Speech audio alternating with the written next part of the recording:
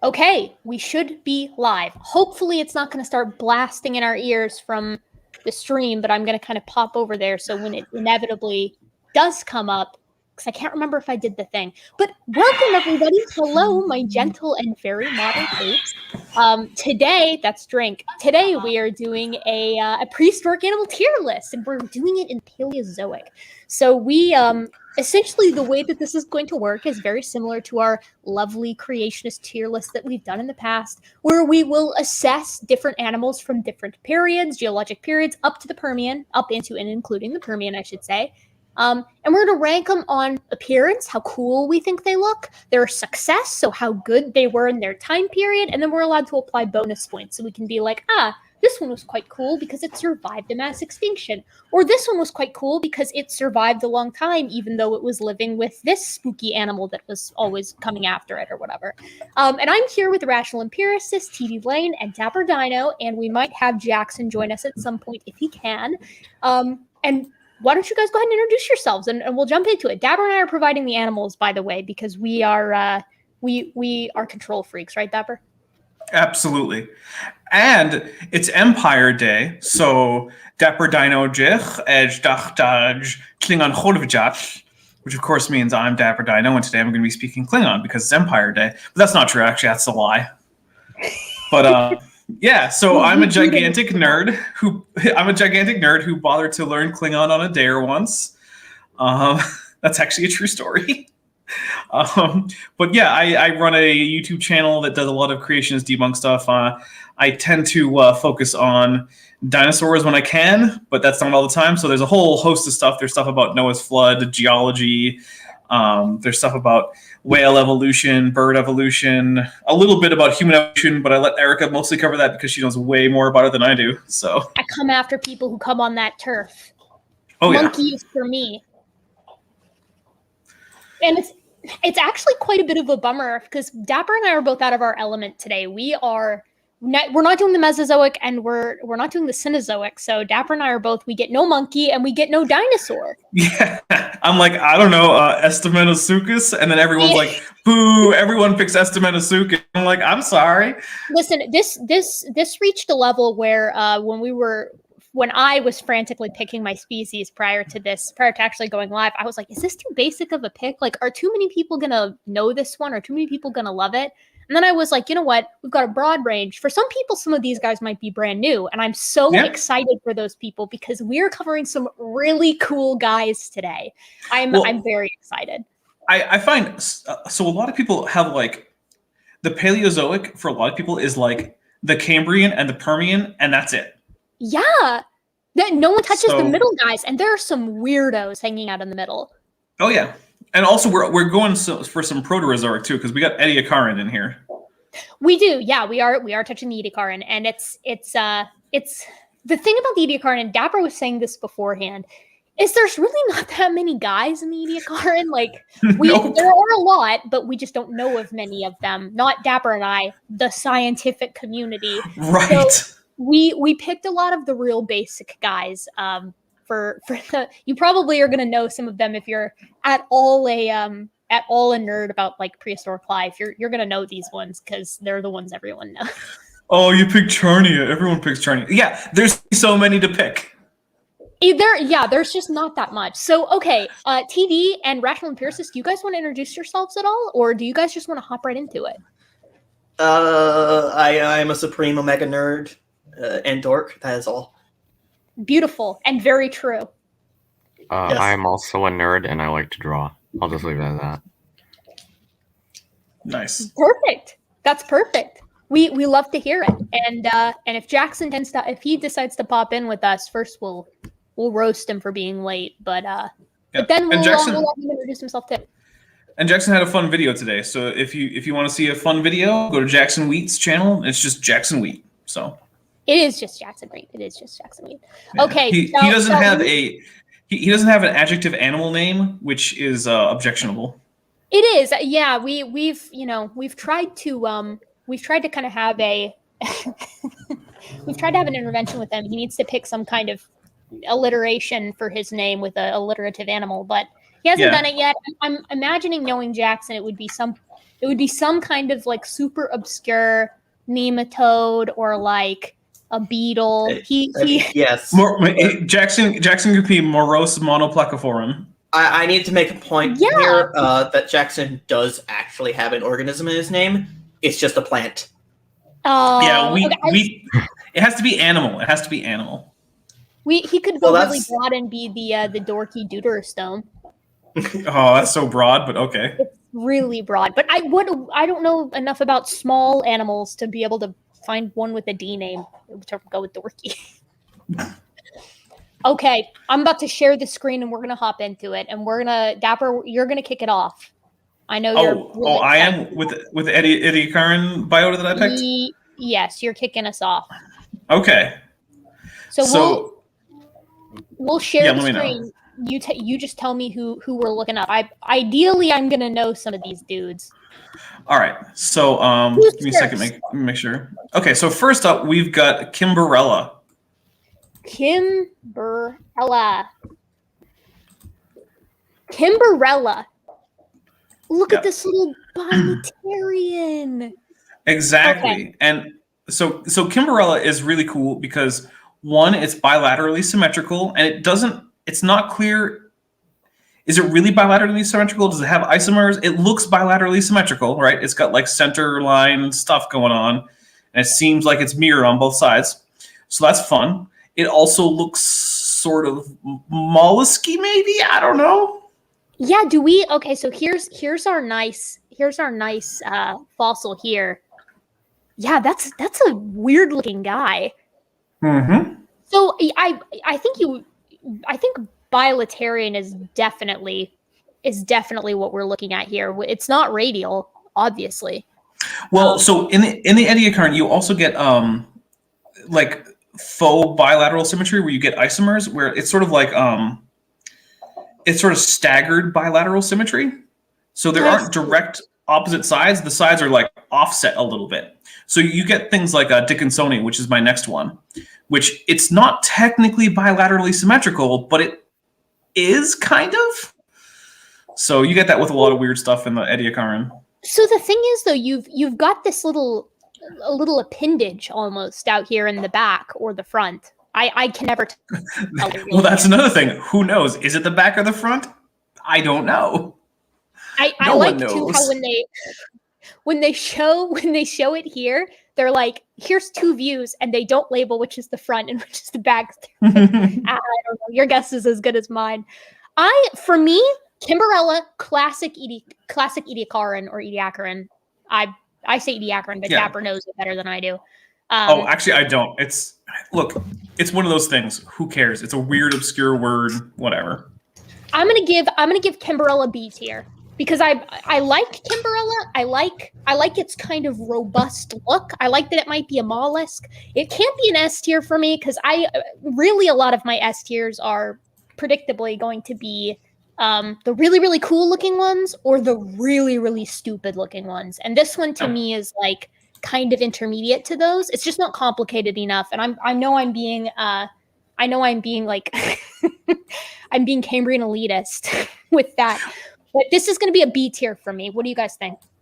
I'm okay with B tier. I'm all right with B tier. B tier sounds nice. Yeah. So the thing is, like, it's really cool, but like when we compare it to some of the other stuff that we've got coming up, it's really hard to give it much higher than a B tier. But on the other hand, it's still about as cool as you're going to get at this point in time because, like, it's actually apparently bilaterally symmetrical.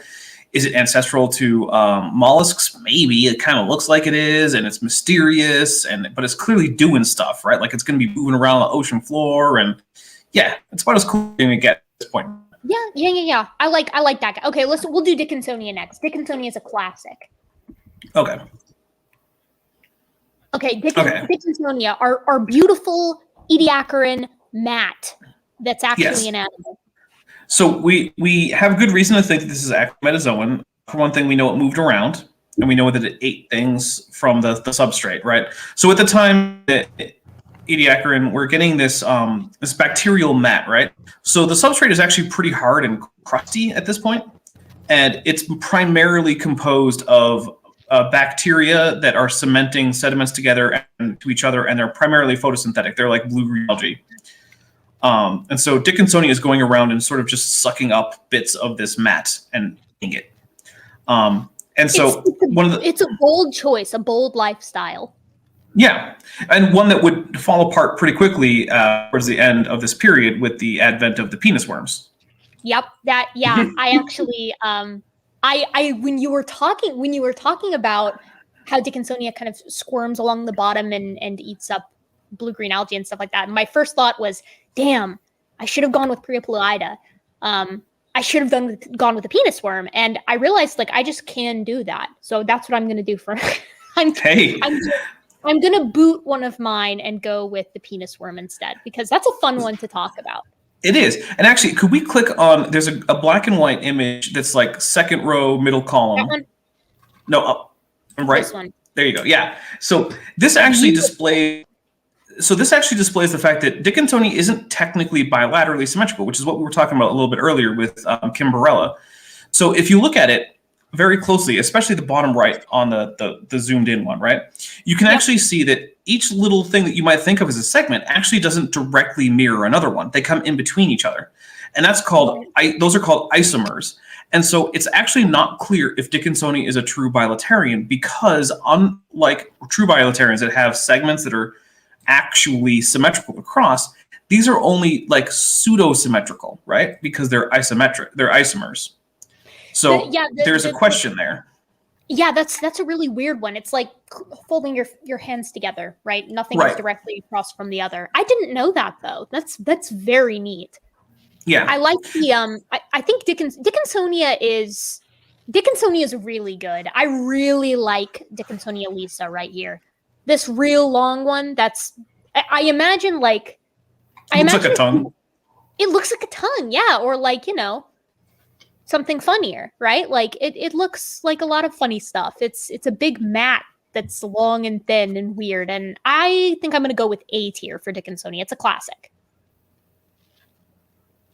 I'm fine with that. I think that from the survival standpoint, Kimberella was going to win out. I mean, obviously Dickinsonia is not leaving direct descendants.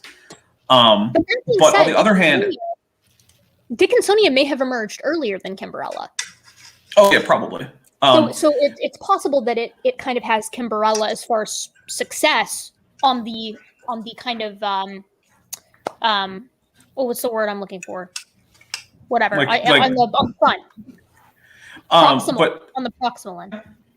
But I think the reason that it's fair to put it in A tier is that we know this is actually moving around and doing stuff. So this isn't just like Charnia where it's just hanging out doing whatever.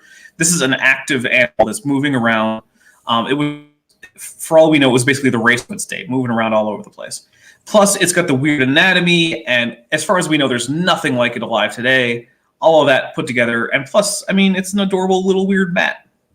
So, I really like that. I think that this is, I think this guy's a real trooper. I like this interpretation here, this idea that it's got these weirdly fluorescent colors. Even though I'm not, you tell me what you guys think. For me, fluorescence on an animal prior to the advent of eyes. Yeah, at least image forming eyes. Yeah, seems to be something of a waste. Unless it's just It's a fun reconstruction, but I have two complaints. One is I don't actually think that kind of patterning is likely. And also, rather than isomers, this actually is giving us segments, which means it is inaccurate to that degree. Oh, Costata. Dickinsonia Costata got roasted by Dapper. Dapper's really coming for him here. But you're right. No, nothing against the taxon. That's a mistake on the artist's part. The taxon did nothing wrong. That's okay. That's true. All right, we'll come for NT from 2015. Yeah, get wrecked, NT. We're in on A tier though for Dickinsonia. Yes. Yes. Yeah. Priapulida.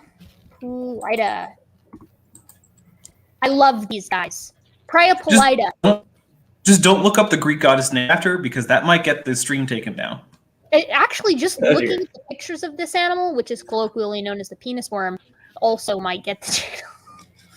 Yeah. Also might get the channel flag. You know what? That's okay. Also, Priapism, serious medical condition. If it happens to you, seek out medical attention.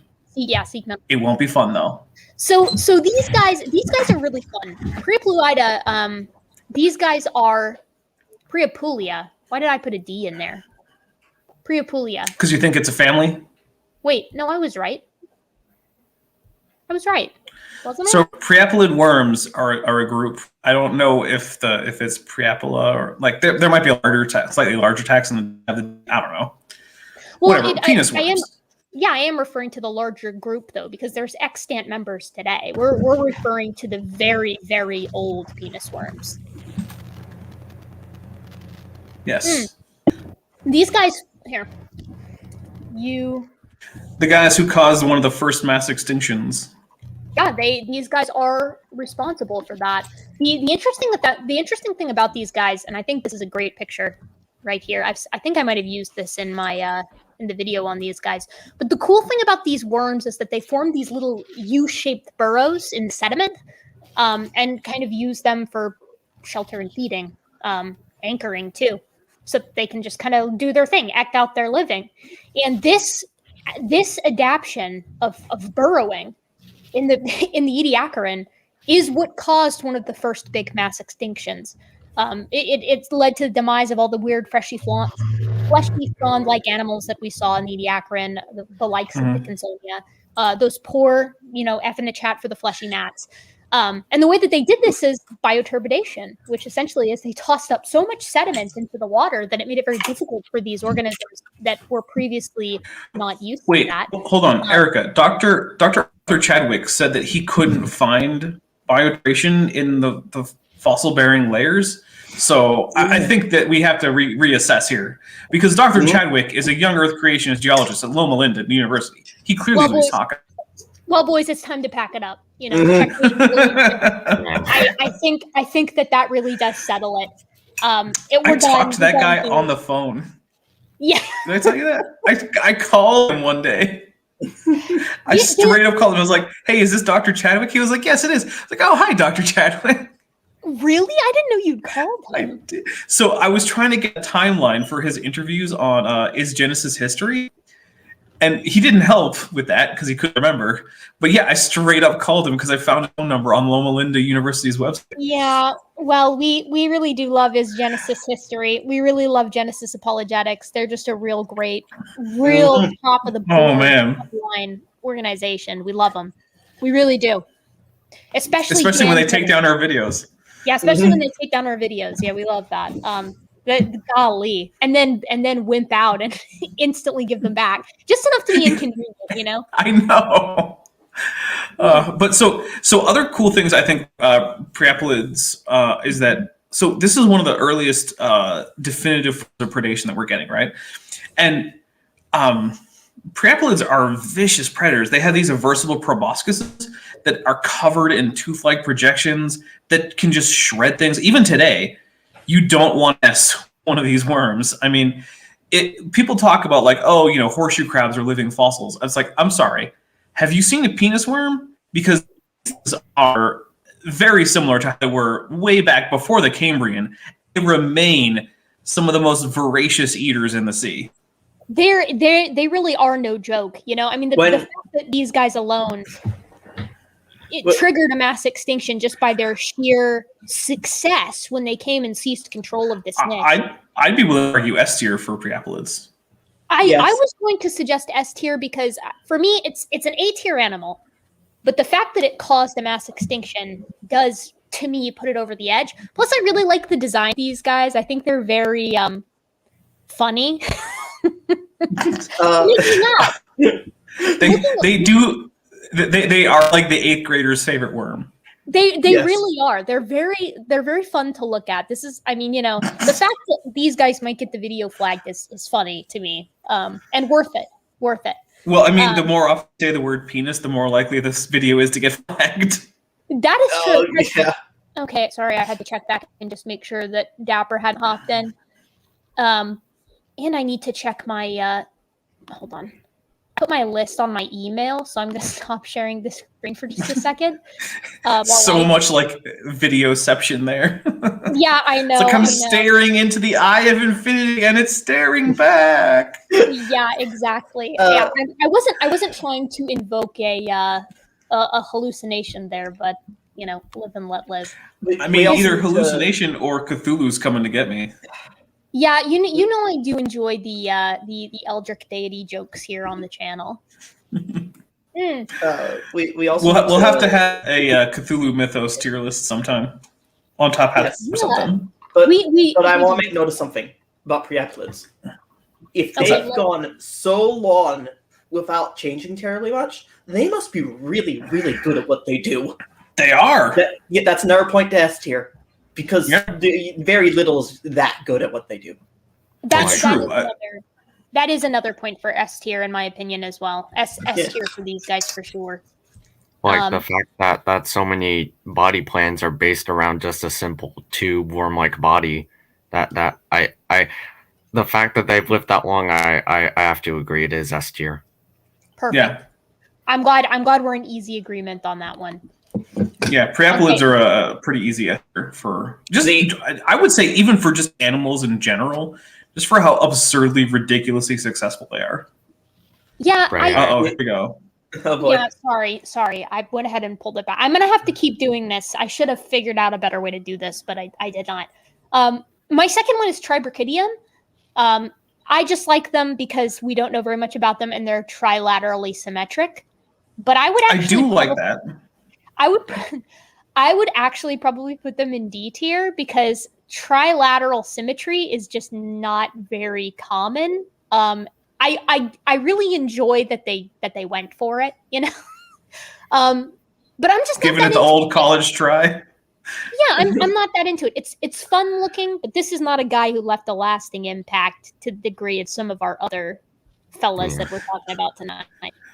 Also, I have to say, someone just tagged me in chat, and it was Gargamel Gold who asked me how it's doing in the Jurassic. Look, I survived the Jurassic and the Cretaceous and all the way through. So I'm currently, right now, in the Holocene or whatever, or the Anthropocene, if we want to pretend that humans are going to be that lasting of a thing, which I don't think they will. Proposition, by the way. Yeah, I have a feeling that later alien geologists will call the quote-unquote Anthropocene the late Holocene carbon excursion, and then continue on. So tragic for us, but you reap what you sow. So regardless, things are going on here, and thanks for the tag. But yeah, I can't put them higher than B because they're cool, but like you're gonna give them B tier. You gotta be harsh. I said I can't go higher than. That's my absolute maximum. That's not my actual vote. D is more likely for me. Dude, look at this guy. This guy was picked on. Look at him. Yeah. Look at these little knobs. Erica, when I say my maximum is X, that doesn't mean my vote is X. That just means I can't imagine higher. I'm just slightly offended that B tier was associated with Tribrachidium with its trilateral symmetry. Although I like this. I like this right here. This is a plush that you can get, and I really like the idea that someone likes Tribrachidium enough that it gets a plush. That makes me want one.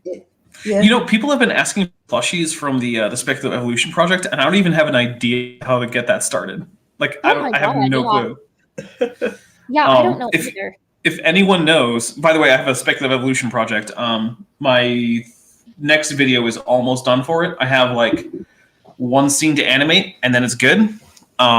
But yeah, like check that out on my channel. But if you then check that out and know how to get people to make plushies as a thing that I could sell, let me know.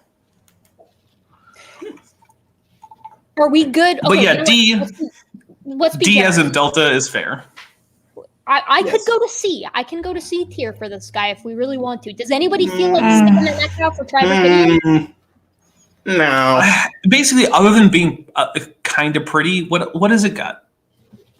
Yeah. Well, somewhere in the deep annals of time, the Tribrachidium are just thoroughly offended. They would be offended if they had brains, but they didn't. So weird They future should have gone monkey and better. the dinosaur. Don't like them. you know what? This would do better. So Tribrachidium would do better as like the insignia for an alien race in a sci-fi franchise than as an actual animal. No, that's true. And when I look at it, that is what it invokes. Either that or like a Yeah. Norse symbol. I could see a Norse. You know what? symbol Here as we well. go.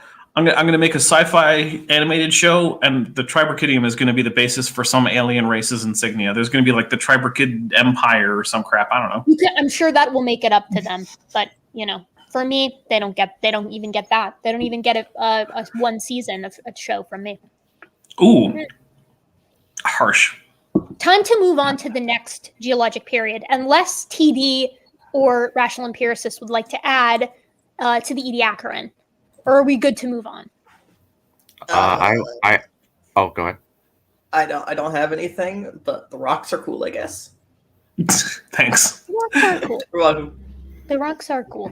And the rocks were there, available Yeah. on Amazon. Available on Amazon. Although I don't know that we should be shilling for Jackson since he couldn't show up this evening. Oh, I'm shilling for RJ. Yeah. That's the one that matters. True. There you go. By the way, the rocks were there. Even if you don't read it, it can be an effective anti-intruder defense mechanism. You can just chuck it at people, and they're not going to recover. That's true. Or you could get a really nice herbarium going. It's great for pressing floral bits and bobs. Get those like flower and leaf pressings. Yeah. You can use it as a support column. Yeah. Or you know what? Maybe you need to press some tofu. Put a plate down on top of the tofu. Put the rocks were there on top of the plate. You'll squeeze all that excess water right out of your tofu. No, yeah, totally. It's thick with two C's, double C thick. Okay, Cambrian time. Everyone loves the Cambrian. I'm psyched for the Cambrian. Dapper, who do you have for us first? So first I have Marella, which is look. Both of my picks are a little bit basic, but I still love them all. Okay, this is not what I was looking at. I think it might be an Splendens. Marella. That's an A. I actually spelled it right the first time.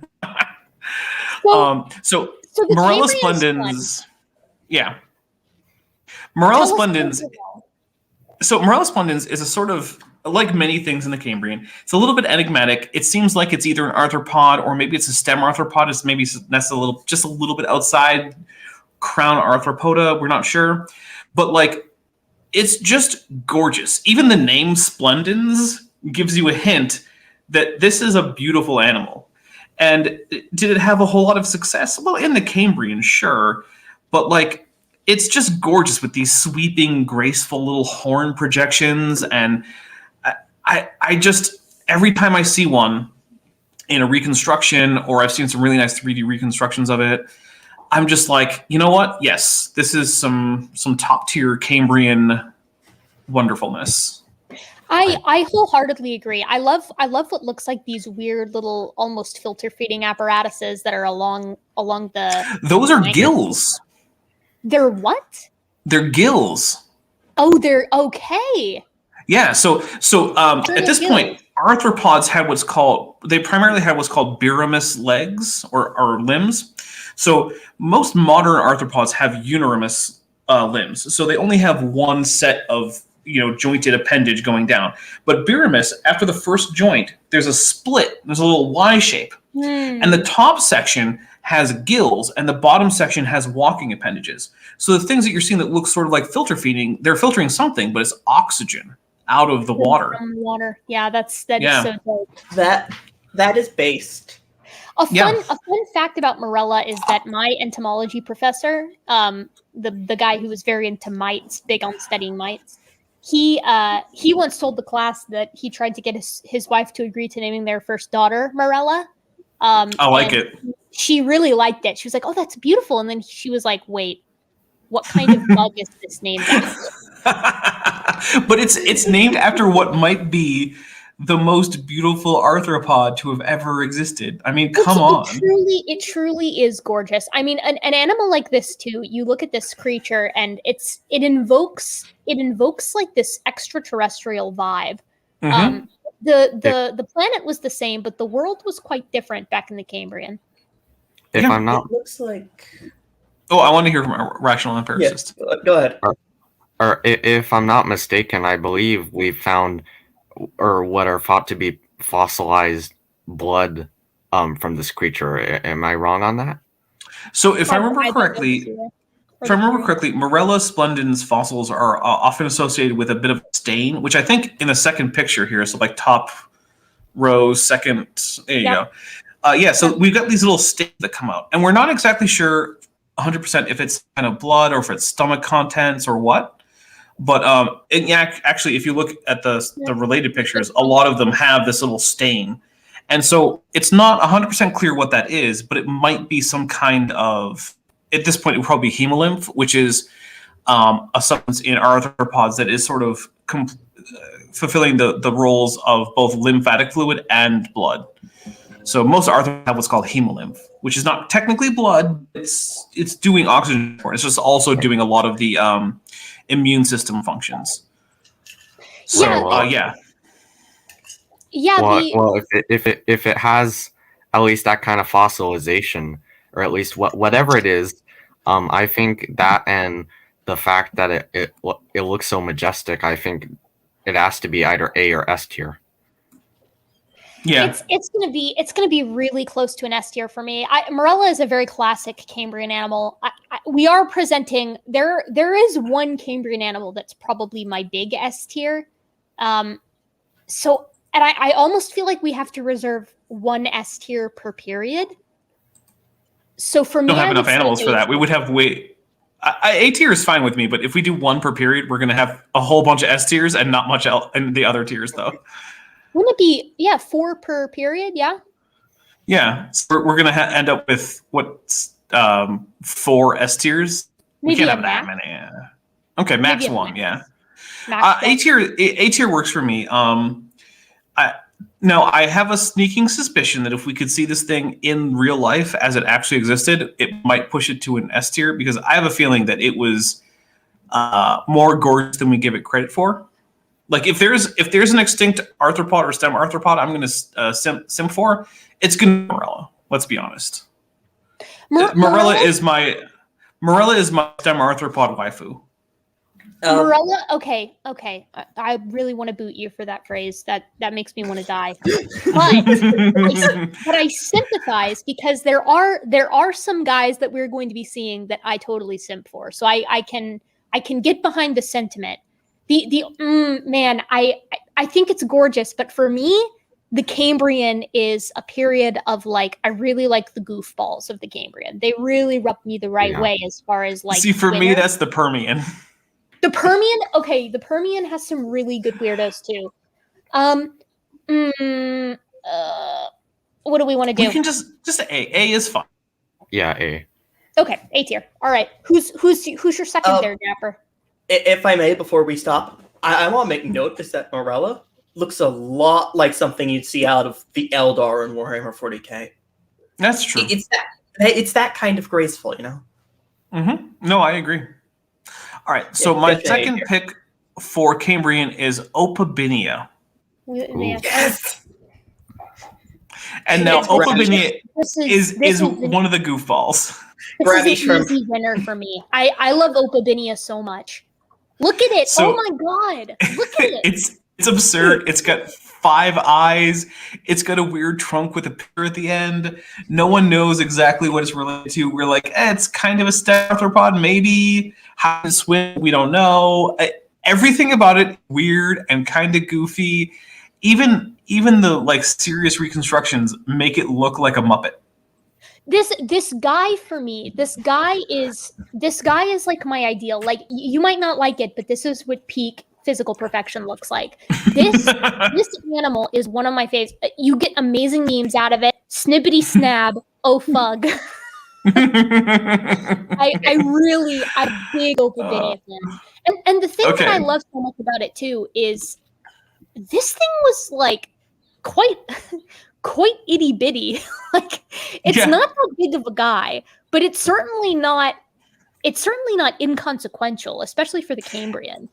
Its charisma definitely outpaces its actual physical size. Yeah, absolutely. I like this This feels like a scientific shitpost. 5 strange mushroom-shaped eyes, weird process, no jointed appendages. They're really coming. Get wrecked. You're not even an arthropod, man. Yeah, this is an easy A tier for me, and I'm really tempted to like push it into S tier, honestly. But I know we're trying to be conservative on our S tiers. So here's the reason that I'm not comfortable going S tier. 0 descendants, even a little bit outside the Cambrian. Oh, that's so hard. Like, oh my god, it's true though. Like evolutionary dead end to the max. Oh my god, it's trying its best, Dapper. It is trying its best. Unfortunately, its best apparently isn't very good. Dude, I love how this animal was like, there are so many adaptations that are like, okay, we need excellent visual perception. So they tend to go with these big, broad eyes or eyes positioned strategically, so as to maximize the light, so that they can interpret images around them, or at least light dark. And Opabinia was like, yeah, we're just gonna go with 5 eyes, and they're all gonna point awkwardly upward, and that we're gonna call it a day. Which I really love. Oh my god, are you seeing this in B tier for Opabinia? I mean, I could argue. I just don't think S is going to work given how little success there is. A or B are okay with me. If you really want to push for it has to be S, then I'm okay with coming up to A. No, calling it an A tier. I can do A. I think you make a really strong point that this guy was not successful. Unfortunately, I think that has to be taken into consideration, despite its immaculate appearance. You know, in some dark corner of the Cambrian Sea, there's an Opabinia planning to kill Dapper. Yeah. Wait, are there any fun videos? Because people interpret how it swims differently, and that's always fun. I don't know. I feel like, look at this little 3D render. They were just like, we're gonna make the trunk straight. That's what happens when you you make it T pose and then you bother to actually pose it afterwards. Yeah, that had some big T pose energy. T pose to assert dominance. Let me see if there's a walking gif or swimming. I was thinking hallucinogenia. Swim gif, maybe. What do we got here? Well, we do have hallucigenia.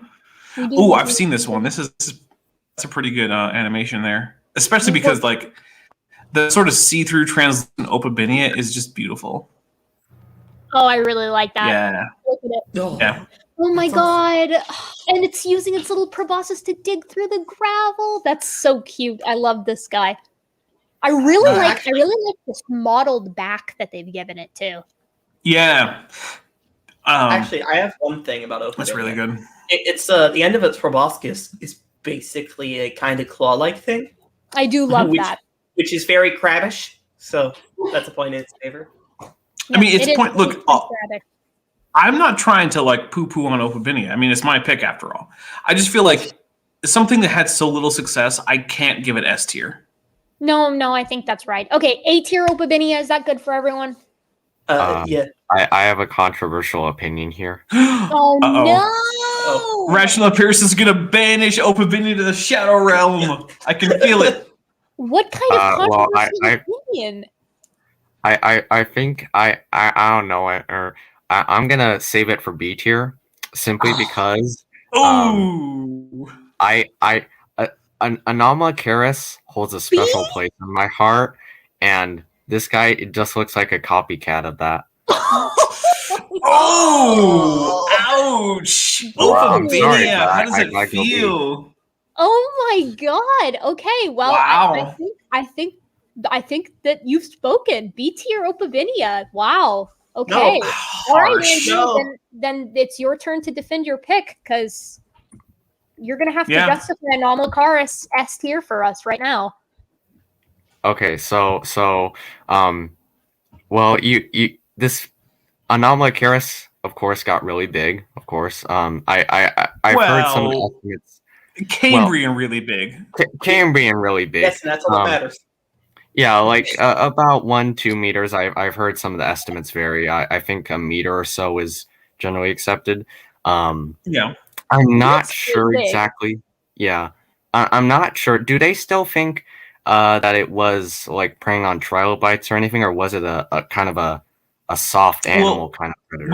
We have bite marks on trilobites that look like they might have been radiodont bite marks, which makes Anomalocaris a pretty good candidate. The thing is too, some of the trilobites were starting to reach some decent sizes too, towards the end of the Cambrian. So, you know, it wouldn't be surprising to me either if you had Anomalocaris occasionally fluttering down to the bottom, and it had that nice radial mouth for crushing.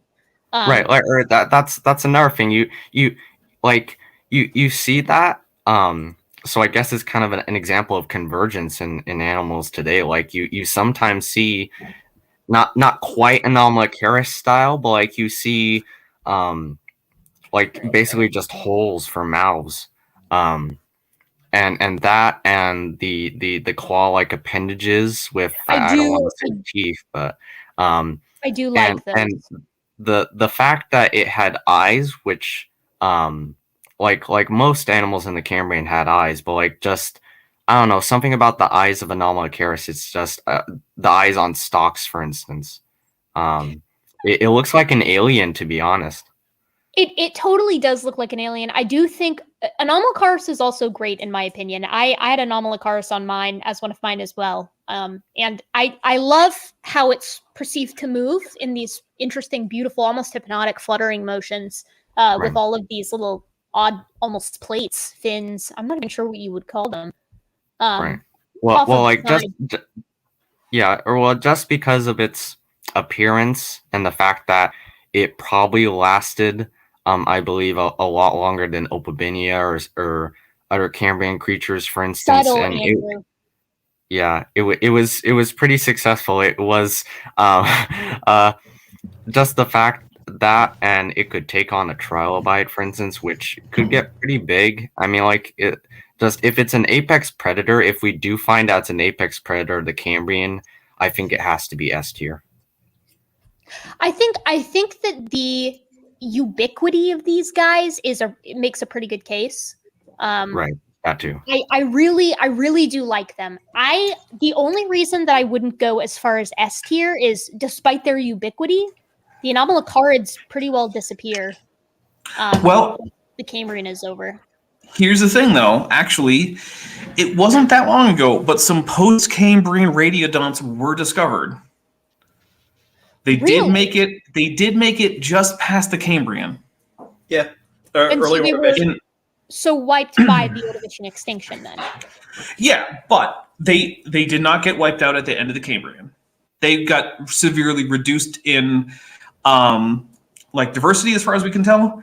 But they did cling on for a little while. I respect the hell out of that, honestly. I respect that they eked out a little. I can you've convinced me. I'm gonna go with S tier for these guys. Cool. Yeah, I'm still. Just off topic, but I also there's an image in the middle, the bottom row, this little plushie right here. I actually have that. So, Anomalocaris, it holds a place in my heart. That's so cute. I kind of. What color was it really? Who knows? Brown. So here's the thing. Brown is a really great default color. Oh, that is nice. Cute too. A kiddo wearing an Anomalocaris shirt. Erica, do you remember that video that we did on my channel with Eric Virtaler? We were like critiquing a tour through a creationist museum and had a beautiful Anomalocaris. Oh, dude, I do remember that. And that Anomalocaris was really well done. Hold on, oh my goodness, it was gorgeous. I personally like the idea of a purple and blue Anomalocaris with the kind of changing colors, because that is seen in arthropods where the colors will change on the genus exoskeleton. Visible. Well, I'm going to go with life color brown instead of blue, and here's why. Because I once, as a little kid, won a coloring contest for making a brown lobster because I based my coloring off of the life appearance of lobster and not the boiled appearance of lobsters. So I gave it a brown shell with mottled green bits here and there and a little bit of gold with some yellow. And I'm picking I up won on a some plastic resentment bucket. there. I'm feeling some resentment. Okay, here my vote is A. I have trouble giving it all the way to S just because like it's a little bit basic. Everyone kind of knows about it, and like it is a basic bacteria. it's a little bit basic when it comes to Cambrian organisms. Although, so second row, next to the last image on this, yeah, I have seen that. I have seen that model in real life. That's in Houston. Gorgeous. And it is. It's in the paleontology wing of the Houston Museum that they have there. I think it's natural science, whatever. And I've seen that thing in person. It's even better in person. It's life-sized. It looks like a real living thing when you go to the museum. If you're anywhere near Houston, go check it out. Go check out that whole thing. TD, and actually, the tiebreaker. TD, you tell us what it's going to be because you don't have a bias like Andrew. Well, first I have a shower thought. Is Larry Lobster in SpongeBob cooked? Yes. Yes. Oh dear God. Yep. Yes. He is cooked. Actually, so I remember I was at Houston with a coworker, went through the paleontology section. Like the first half of it or so, he was like, "Is this a dinosaur?" I was like, "No." He was like, "What about this? This is going to be a dinosaur." I was like, "No." He's like, "When do we get to the dinosaurs?" I'm like, "Look, dude, dinosaurs come pretty late in the history of life. I don't know what to tell you." The thing is, everyone's sleeping on the Paleozoic. Like, arguably, I know this is unpopular because I have a Cenozoic bias. I really do. But some of my favorite prehistoric animals come from the Paleozoic. Yes. Like, just there's so many good-looking dudes. Look, I bias towards early Cenozoic, but Paleozoic's awesome. Paleozoic's awesome. Consider... Okay, TD, you're the tiebreaker. You tell us A or S tier. Yes. Upper A tier. Upper A tier. He's spoken. Okay. I'm sorry. Very well. All right, my last one for the Cambrian is. Yay! There's an N in there for some reason. Hallucinogenia. Okay, go easy on me. Okay, so I love hallucinogenia. It's this. You did it again. Hallucigenia. Hallucigenia. There we go. Hold on. Hallucigenia. There we go. I love hallucigenia because of two primary reasons. One, I love the fossil. I think this guy is ridiculous looking. I love that no one can decide whether, like, every now and again people swap around. Sometimes they say it's walking on the legs. Sometimes they say it's kind of stilting around on those spikes. They can't decide which way is up, and they can't decide which way is the front, which I really like. I think that that's very charming in an organism that you just can't. Also, you can't really know. We get those stains, like we mentioned with Marella. So if you look at there's that second row thing right there. Yeah, we get these odd stains. Like, is it blood? Is it stomach contents? I don't know. But one of the things I love is the second overall picture, which is actually here too. It's like it's straight out of the Dungeons and Dragons 5th edition monster manual. Like, I want this to be a monster in D&D, and the fact that it's not hurts me. It's got this strange globular head in the front, head, quote unquote, in the front, little clawed appendages, these strange, almost like tentacle looking deals, the spikes in the back. And we're obviously going to watch the video of them interpreting how hallucigenia walks. Because it's incredible. I love the creativity behind, like, this is what science is about. It's trying to figure out how weird dudes like hallucigenia were milling about. Let's see if we can't find the meat of this video. Also, I mean, it's related to onychophorans, and onychophorans are some of the most adorable invertebrates alive today. Yep. Yeah, the weird lobopods in general, and all the I always said onychophorans, but onychophorans. I don't know how to say it. I love velvet worms. Yeah, velvet worms. I love their nubby little legs. I love everything about them.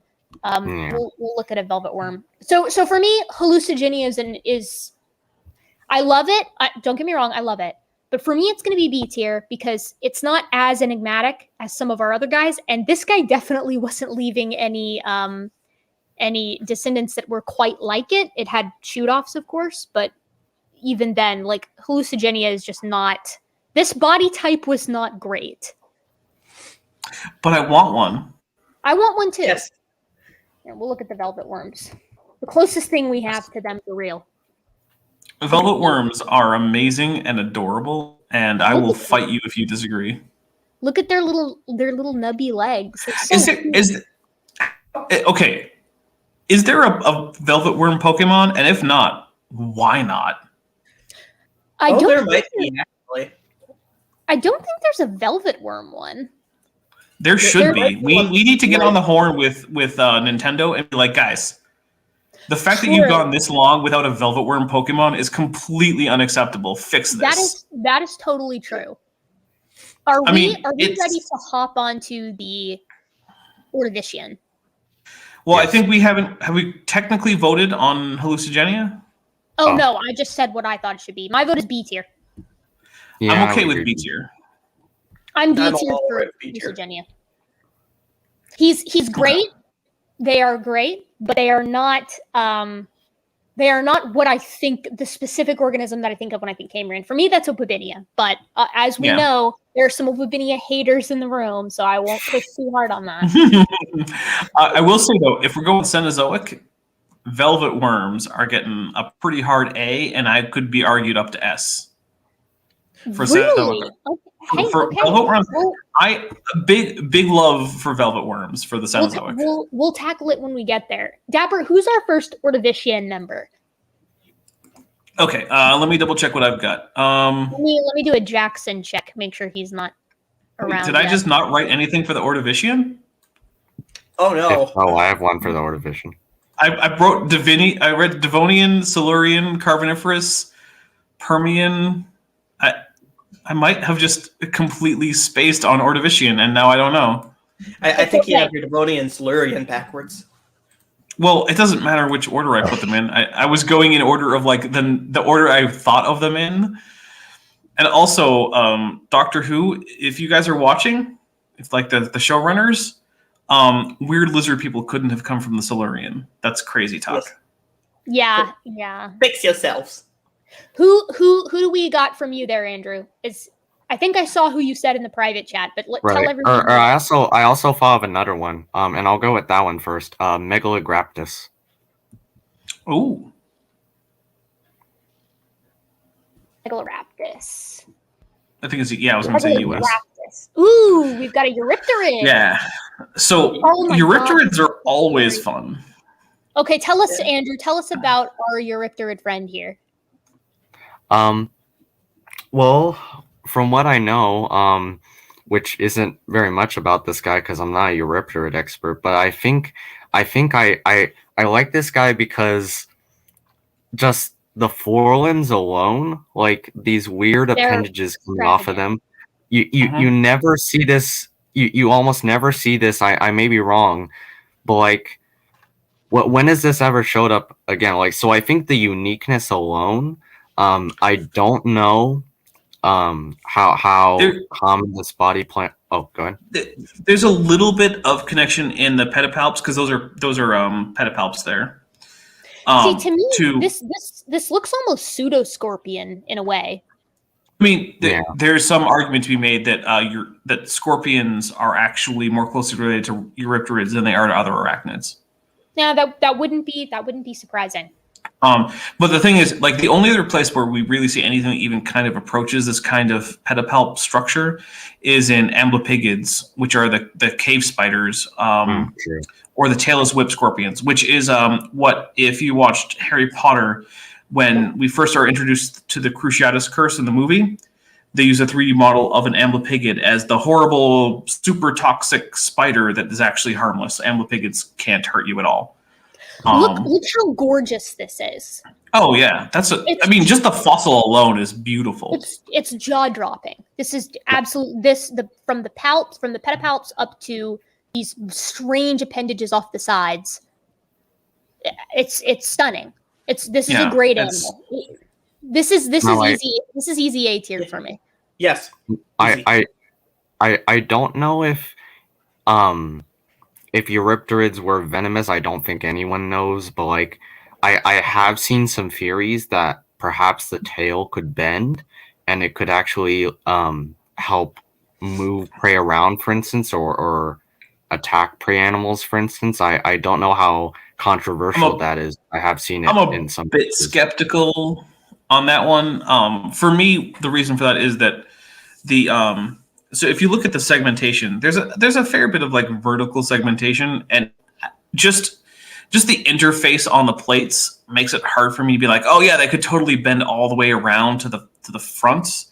But I can't rule it out either, because like exactly how much soft tissue is there, which is actually a problem in dinosaur paleontology, right? Like modern birds have a whole ridiculous amount of soft tissue between their joints.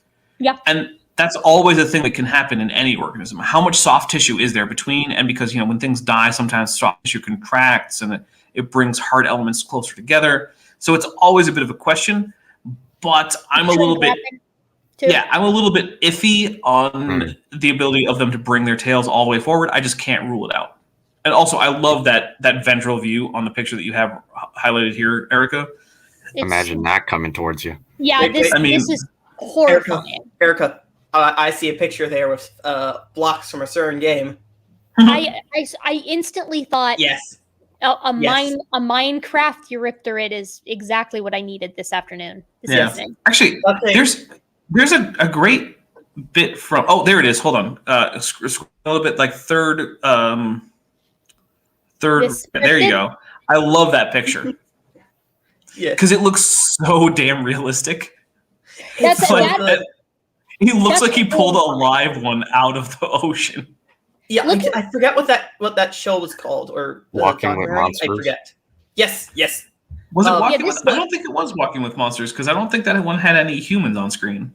Oh yeah. No, it was Chased by Sea Monsters with Nigel Marven.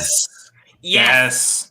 Look how gorgeous that prop is. That Sorry, is Erica. an amazing prop. I was gonna say, like, this activates my fight or flight response. Like, if I saw this, my monkey brain is going bonkers right now. It's like, you need to get away from that guy. Well, yes. After we vote, the other guy I wanted to pick probably ate this guy, actually. Oh yeah, Ooh. I think I know who you were talking about. I love the one. Is it Jacalopterus? No. No. Okay. That's Devonian. Yeah, that's early Devonian. Oh. Serious question. First, when is Dapper Day Minecraft? Nobody knows. Secondly, science team, fossils and archaeology Minecraft. I will get Minecraft the instant you buy it for me. How about that?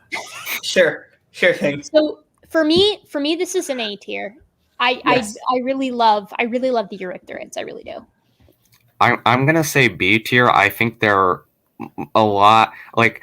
Don't get me wrong, the appendages are good, but I think there are crazier eurypterids out there, so I'm gonna go B tier. Andrew's just going for his own picks. I like it. I can respect that. All right, Dapper, you're the tiebreaker. So I'm actually thinking B tier too, and there's a couple things. One is it's far from the most spectacular eurypterid. Because look, I've seen in person an actual Jacalopterus fossil, and it's the size of a freaking gigantic crocodile. And it's like, okay, how do you compare that to this and come away with this being A tier? I just can't. Bigger doesn't always mean better. Sometimes there's extravagance in the smaller organisms. All right, well, I'm a eurypterid size queen. What do you want from me? Oh, okay. All right. I'm cool with B tier just to get out of that. I'm done. All right. I may have had a bit more rum than normal before coming on your channel, Erica. I'm about to go grab another beer, but Andrew, was Cameroceras the other one? Another beer? You mean a first beer?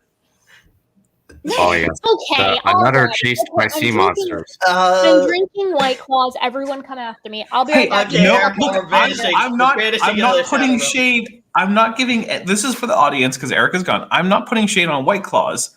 What I'm putting shade on is calling White Claws beer because they're not. Just call them what they are. Right? Like if I said I'm going to go get another whiskey and I came back with a Bud Light, I didn't get a whiskey.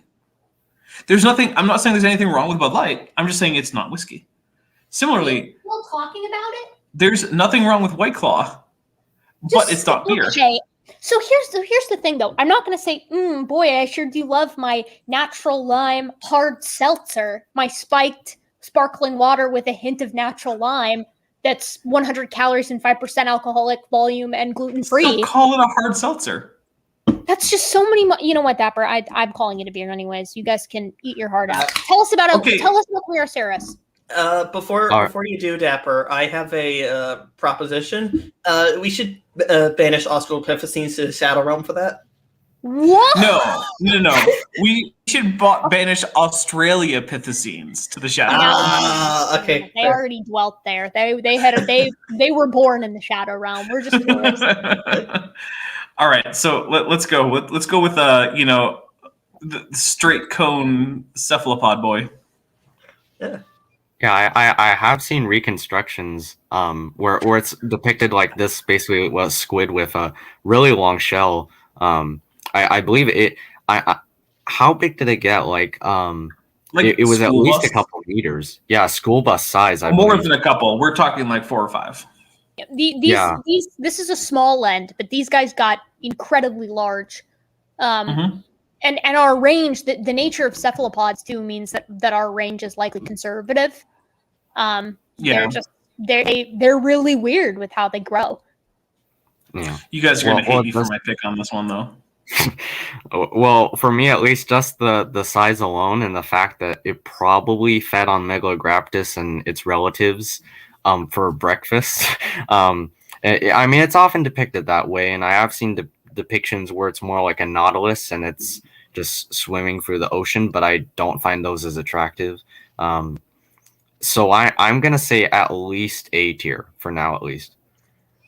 So I love Cameroceras. For the main reason I love it is because of how it's thought to have kind of bobbed at the surface, with the kind of apex of this cone shell just barely breaching the surface. And I'm picturing, I keep wanting to say Orthoceras. I keep picturing Cameroceras having these kind of feeding patches, right? I know most cephalopods are pretty solitary, but can you imagine approaching in a boat and seeing several of these massive cone-shaped shells barely perforating the water? And then they just disappear again. To me, that's such a romantic view of the Ordovician. And these guys really exemplified the Ordovician for me. So I'm easy A tier on these guys for sure. I really like them. Okay, everyone's going to hate me, but I'm going C. C tier? C. Okay, let me explain. Here's the thing. I see Cameroceras, and what I see is boring big nautilus. Oh my god. Oh. It's what I see. It's like a nautilus, but bigger and more boring. Okay, you're telling me there's not merit in having this insane pointy shell? This guy looks like an icicle. Just curl it and be more interesting. Oh my god. I'm with you on this one, Andrew. I'm sorry. Dapper, are you seriously saying that a giant missile coming through the water at you in the Ordovician Sea is not at least B or A tier? Yeah. Look, I'm not saying it's. Look, I'm not basing this on what I would be scared of, because then my S tiers would be like Shadow Realm so far. Because up until Cameroceras, I haven't been scared of any of these things. You think Opabinia is going to be like, oh, super intimidating, Opabinia, oh no. No, I'm not basing this on intimidation. I'm basing this on how much fun it is. I mean, I guess I wouldn't want it hanging out with me all the time, but I'm not going to run in absolute terror from it. But so imagine me being scared isn't one of my factors. Imagine this though, because there's a beauty. It's sort of like a what's the Futurama joke? Scare roused, but for beauty. It's like it's beautiful and horrifying. Imagine if this guy, as in this depiction here, moved along the bottom as modern octopods do, whatever. I don't know the plural of octopus, and it's kind of using those long limbs. Yeah, and pulling itself along the bottom, and that massive shell is just right behind it. You've got these moving forests almost on the seafloor. Look, curly cephalopods are greater than orthocones. If you're telling me that the modern nautilus is better than the giant Pacific octopus, you're objectively wrong. I'm sorry. No. Shellless cephalopods are better than curly cephalopods. But That is when it such- comes to that shelled is such- cephalopods, I like the curly Right. boys. B is as low as I'll go. Yeah, B's I mean, as low I'm as not, like I said, you're going to hate me for it, but I think C because orthocones just don't do it for me. I got nothing for them. This is the biggest boy we've seen so far. Okay, TD, you're breaking it. You're breaking the tie. What is it, TD? TD, you want to go with me. Otherwise,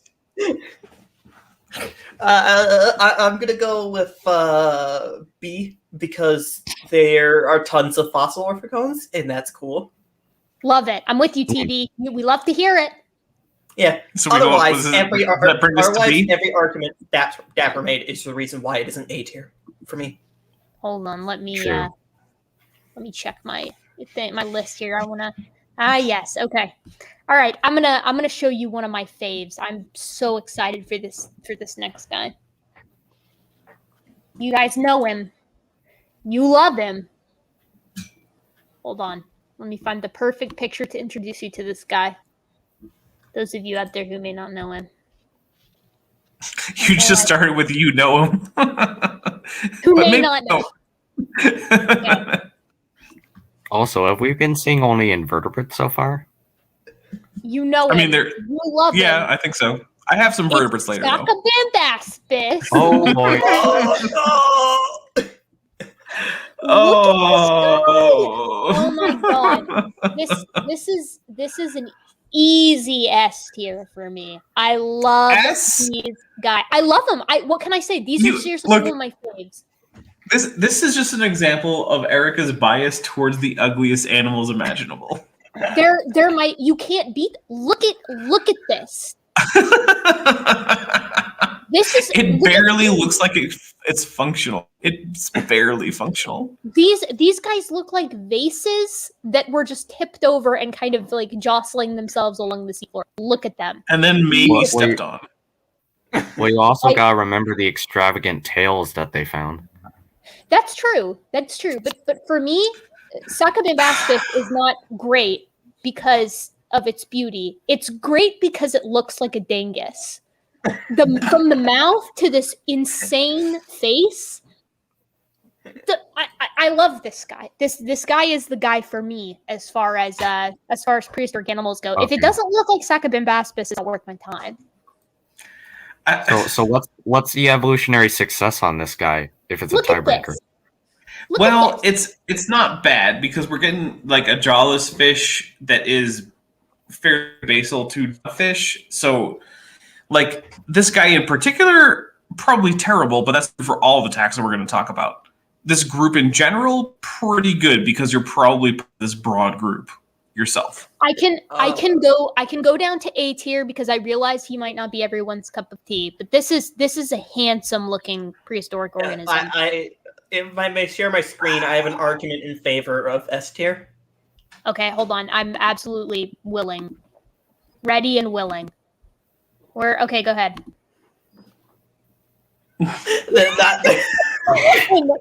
Oh my god! Wait, is this the picture I sent a while back? Yes. This is my entire argument. I think it's highly Goodness. Sacabaspis is a total shit post. I love him. I got to be honest. This looks like we need to add a new character to like SpongeBob that's even stupider than Patrick Star. So we're gonna grab this guy. See, I'm seeing there's a lot of people in the side chat who are referring to Sacabaspis as a poggers guy. They're saying pog. He's real pog. A stud, says Sun Lizard. Thank you, Sun Lizard. You're correct. Oh, Okay, Jared. Jared says leaves a lot to be desired. Banned. yeah. So I will say, this is one of the problems where like I know that Erica really likes the ugliest things imaginable, I do. and that's my deal. So I feel like I sort of have to abstain because like I feel like I can't even judge it on the same grounds that she would. So I don't even know. Big Brother says actual meme animal. That's kind of the thing. Like I have my rating system for like here's animals that I think are cool or successful or magnificent, gorgeous, And then there's the shit post animals, and those ones get rated on their own front. To me, Sacabaspis is okay. There's one more that we're gonna meet in the Permian, and you know who it is, Dapper, and he is also the pinnacle of animal shit. Oh, I might be bringing this one up actually. Oh, That good, one. TG. Good. I think we're going to talk about it. Doesn't matter who brings it up. We all love them. So we'll bring him up. Okay, how about this? We'll meet in the middle. A tier for Sacabaspis. I guess. Although I have to say, we're trending high on our organisms. We'll be mean. Good. Okay, we have to be mean occasionally. Okay, I'll be meaner. I'm turning on the mean. Well, I'm turning on the mean. Oh, we should just add Mixozoans sometimes so I can crap all over them. Like, hey guys, why don't you get tissues or a circulatory system or a digestive system or freaking gonads? Yeah, very true. Yeah, you have gonads. What is wrong with you? You're supposed to be animals. Grow some balls. By the way, before we came on, Erica was all like, "Oh, I can't be mean to animals. Like, we can't just rank animals or something." And I was like, you know what? No. Mixozoans, trash. It was rational spirit. So never mind. Sorry, rational spirit. That was not me. Listen, there are a couple. And I was like, no, Mixozoans, trash. Just no. Wait, so Dapper, all I heard was that Mixozoans were politicians. Okay. All right. Thanks, Obama. Wait. This may be a dumb question, but what are Mixozoans? They're parasitic cnidarians, which have essentially like 4 cell types, no tissues, no organs. They barely exist at all, but they're out there, and they make life hell for fish sometimes. Oh, I thought you were talking about mixamy, like hagfish. In which case, I would be against. Oh no, no shade on the hagfish. Mixozoans are a cnidarian group, and it wasn't always even clear they were animals. But then, like, we got like the genome, and they were like, "Oh, you guys are jellyfish." What? How are they jellyfish? Okay, I've got some good low rankers in the Silurian. Don't worry about it. Okay, good. All right. Are we ready? Are we ready to move on to Silurian? Fine with that. Okay, who do you got for us? I've got Pneumodesmus, which is Pneumods. Sorry, Desmus. Desmus. I feel like I've heard that name, but I can't remember.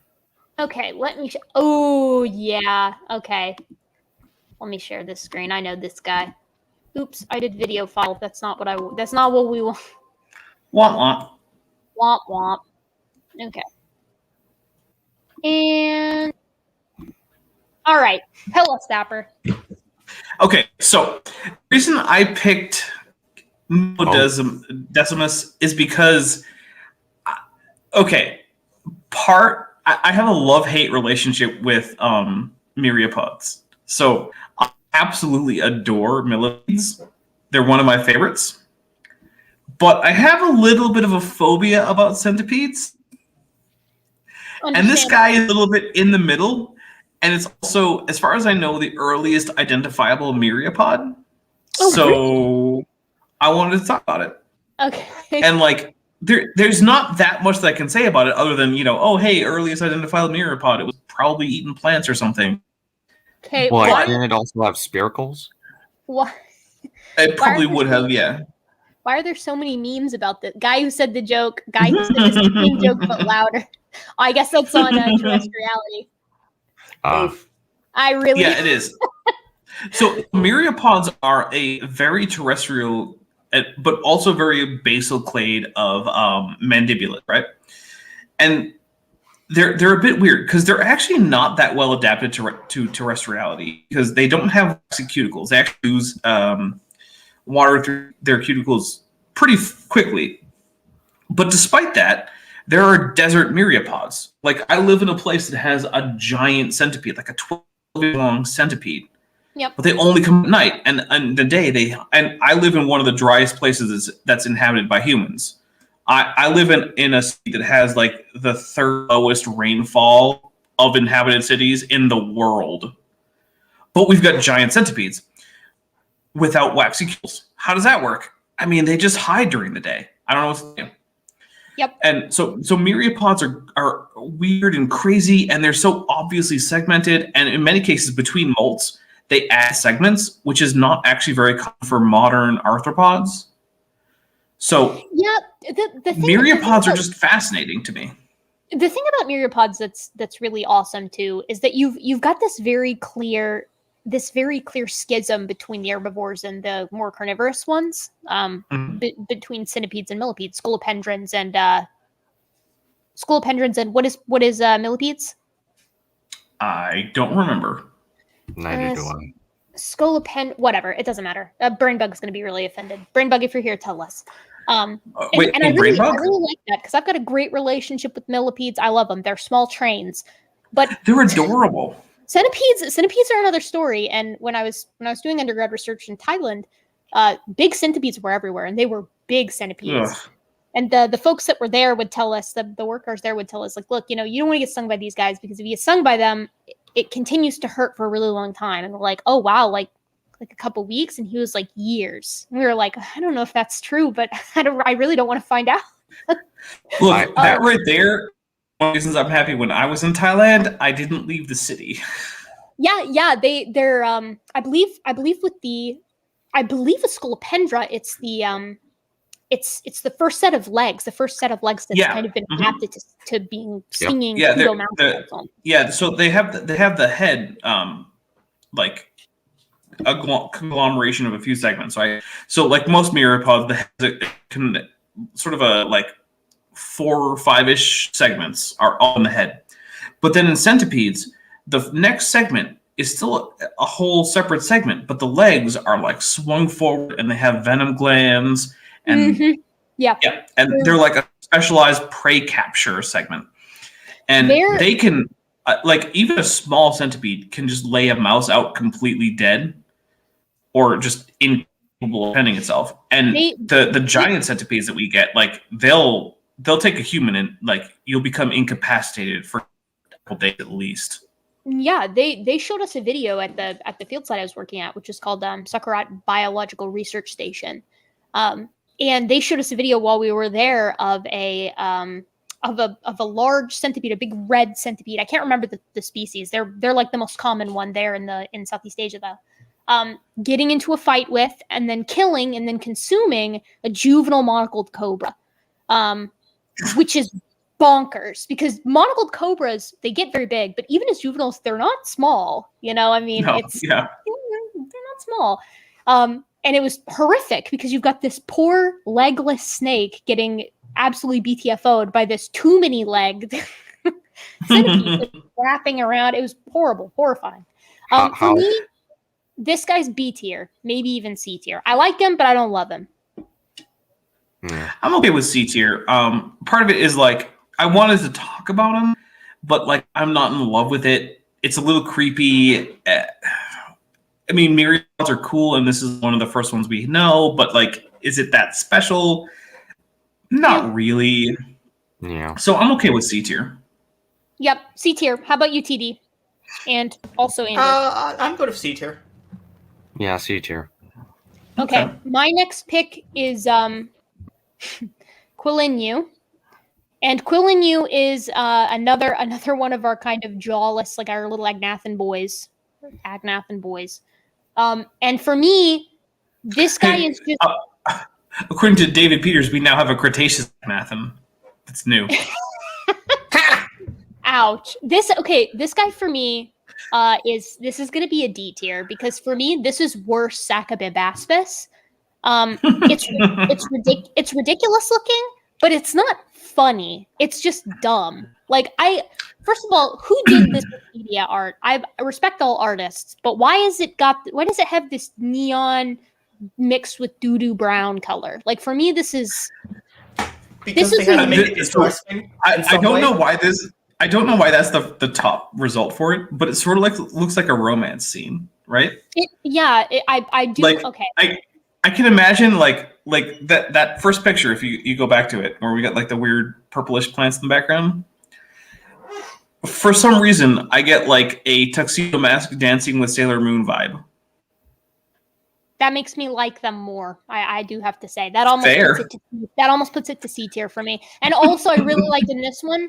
Look at his little, or her. Far be it from me to misgender ancient fossil fish, because there were just as many lady fossil fish as I'm sure they're deeply about how you hundreds of millions of years later refer to them with pronouns. Mean monkey. I love this tapered snout that we've got going. I know it's not a snout, but I love this tapered, this little tapered nose that we've almost got. Anterior projection? You want to go with that?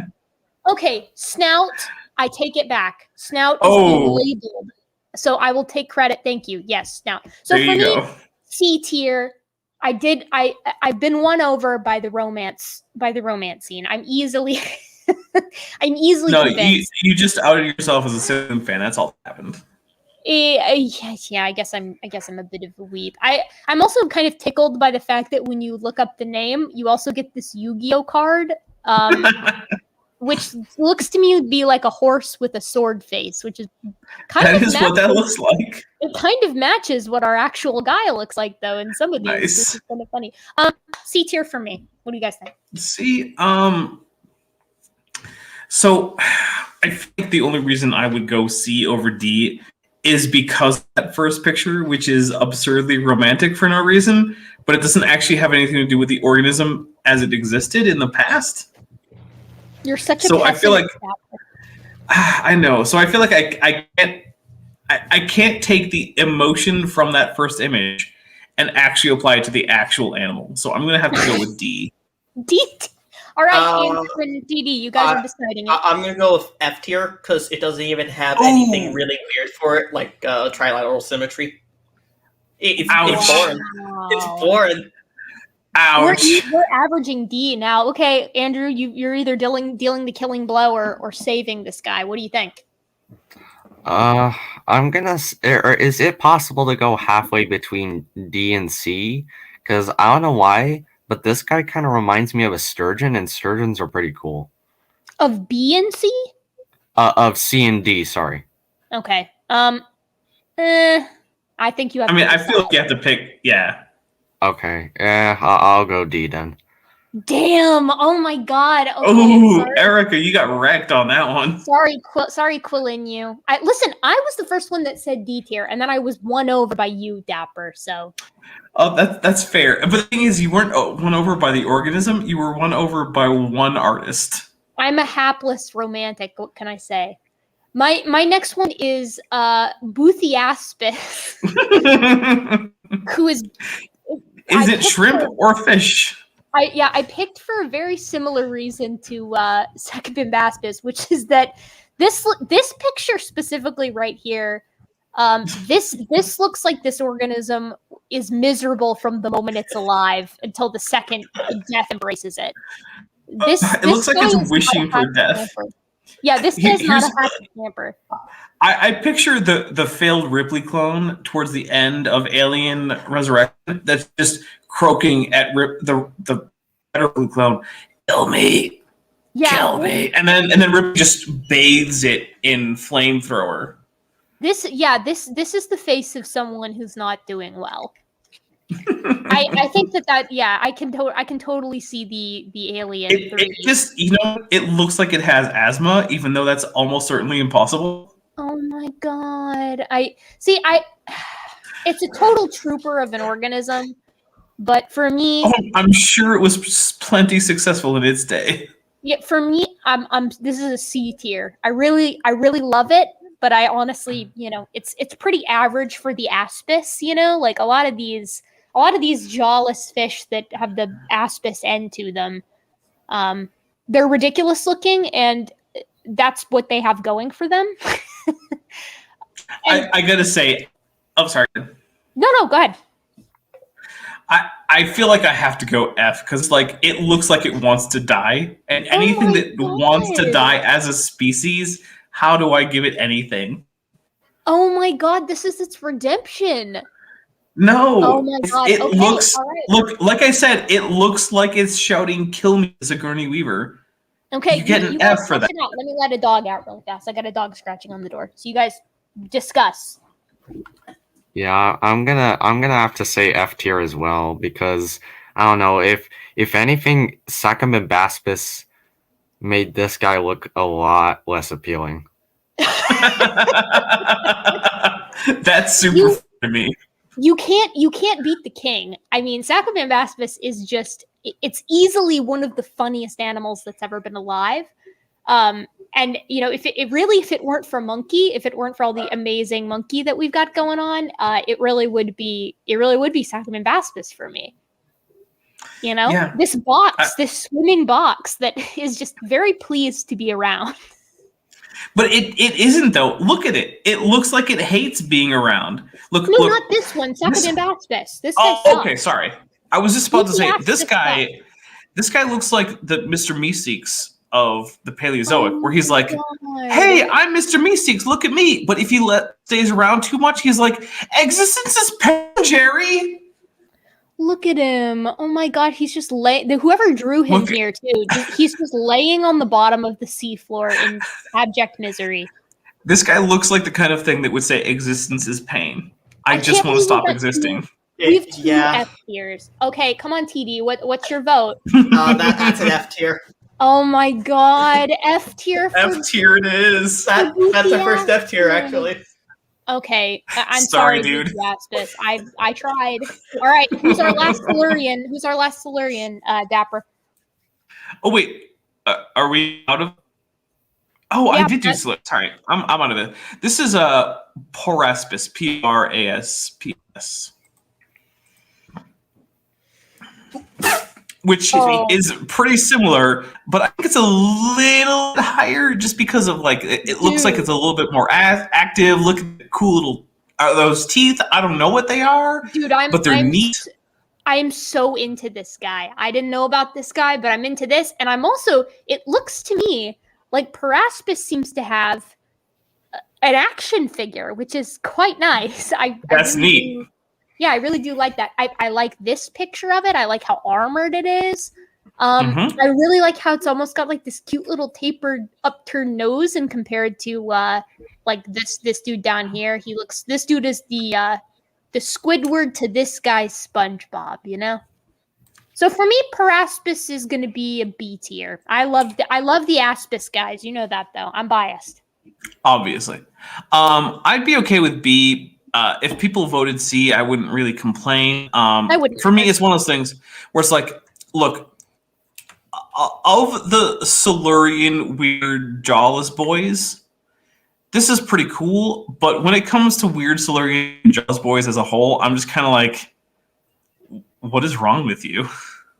Yeah, the thing is, a lot of them, I forget, I think it was for my Ordovician extinction video, but there was a highlighted Wikipedia quote that I put in the video because the author of the Wikipedia page for one of our jawless fish was like, this animal is essentially like a box with limbs. And I really liked that as a description. Like, I found that very appealing, but they are very silly looking. They're silly. Well, the reason I picked Praspis is because while it is a bit of a box with bits sticking A out, tail, yeah. yeah, it has some complexity to it, right? Like it's got different sort of armored plates going back, and the tail has this cool little sort of like mosaic pattern going on, and it's got the little bottom projections on the mouth that look like teeth. Like there's like when you're.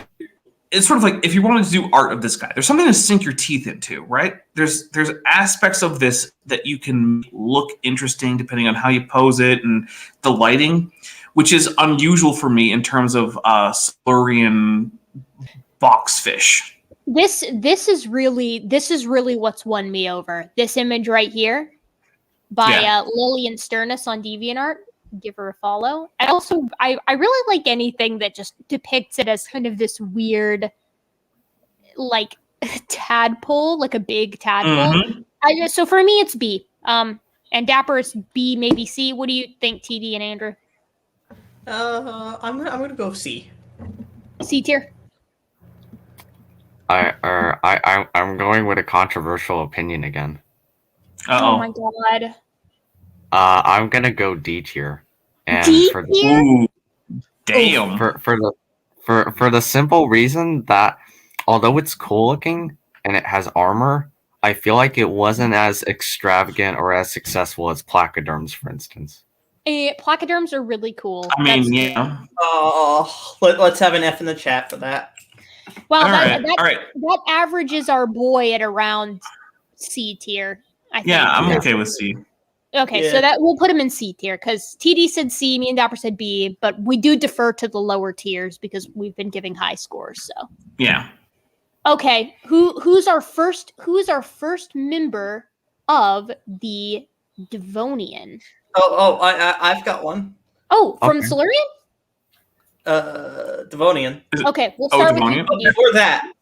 Before that, I put a lot of effort into making sure we had something to go off on in the Silurian. Okay, tell me, who do we got? You're gonna need to share my screen. Oh, yes. Let me get over there. Guys, I am out of drink, so I will be right back. Hold on. All right. Remove me and add you. Very nice. Divergent tetrapod, terrestrial arthropod. True. I like that. Very nice. Tetrapods have a backbone. Who does that? So lame. I like this quite a bit.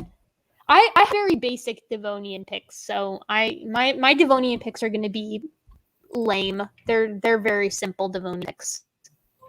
Brainbug just got here, and Brainbug, you literally missed. We just got done going over several arthropods. Like we went over nothing but arthropods earlier, and some maybe kind of lobopods.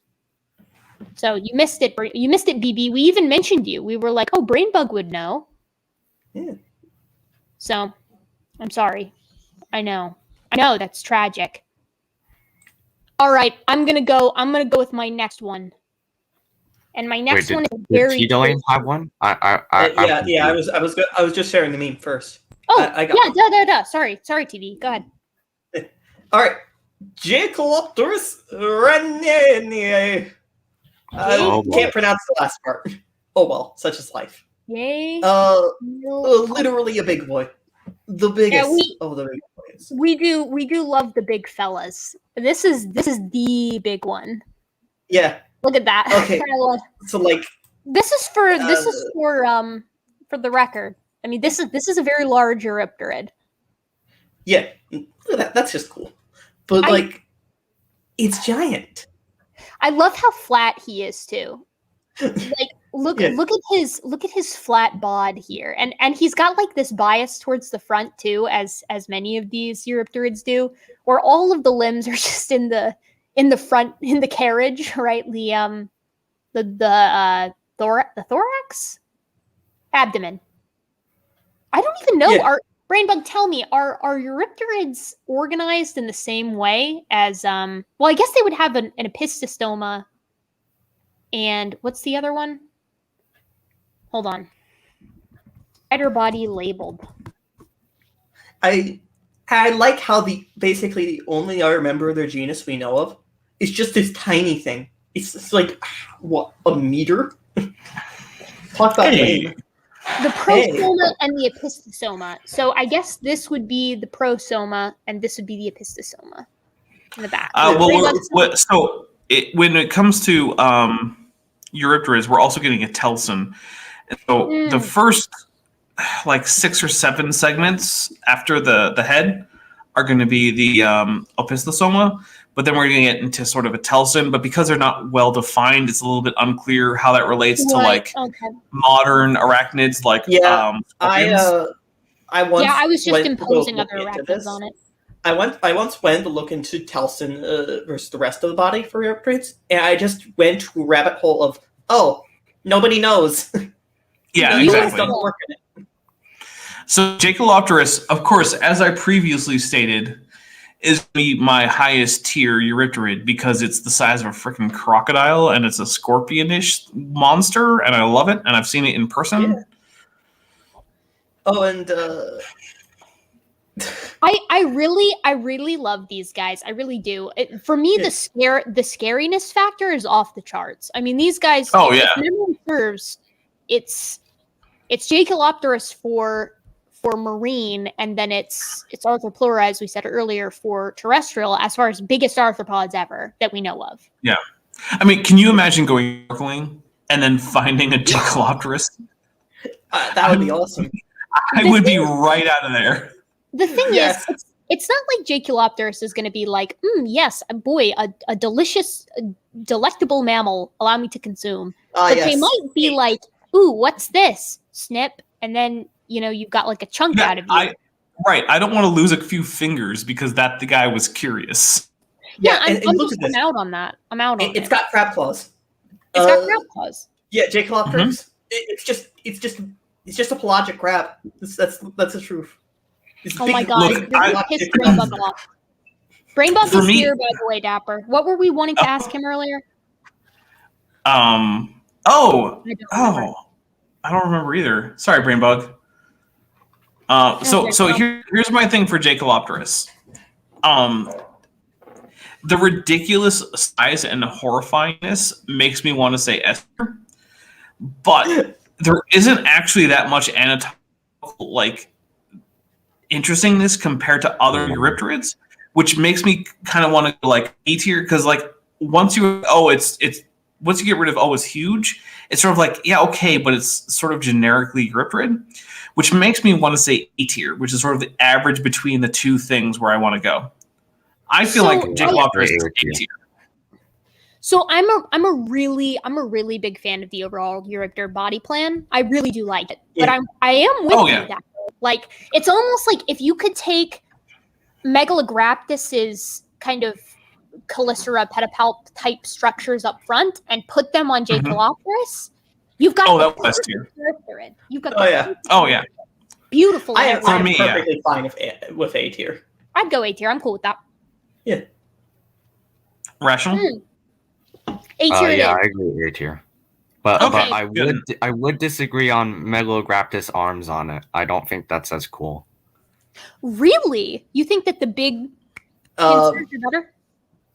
I think if they were slightly bigger, but I don't think I don't know, just having them on Megalograptus is a lot cooler than just having them on a giant crocodile thing.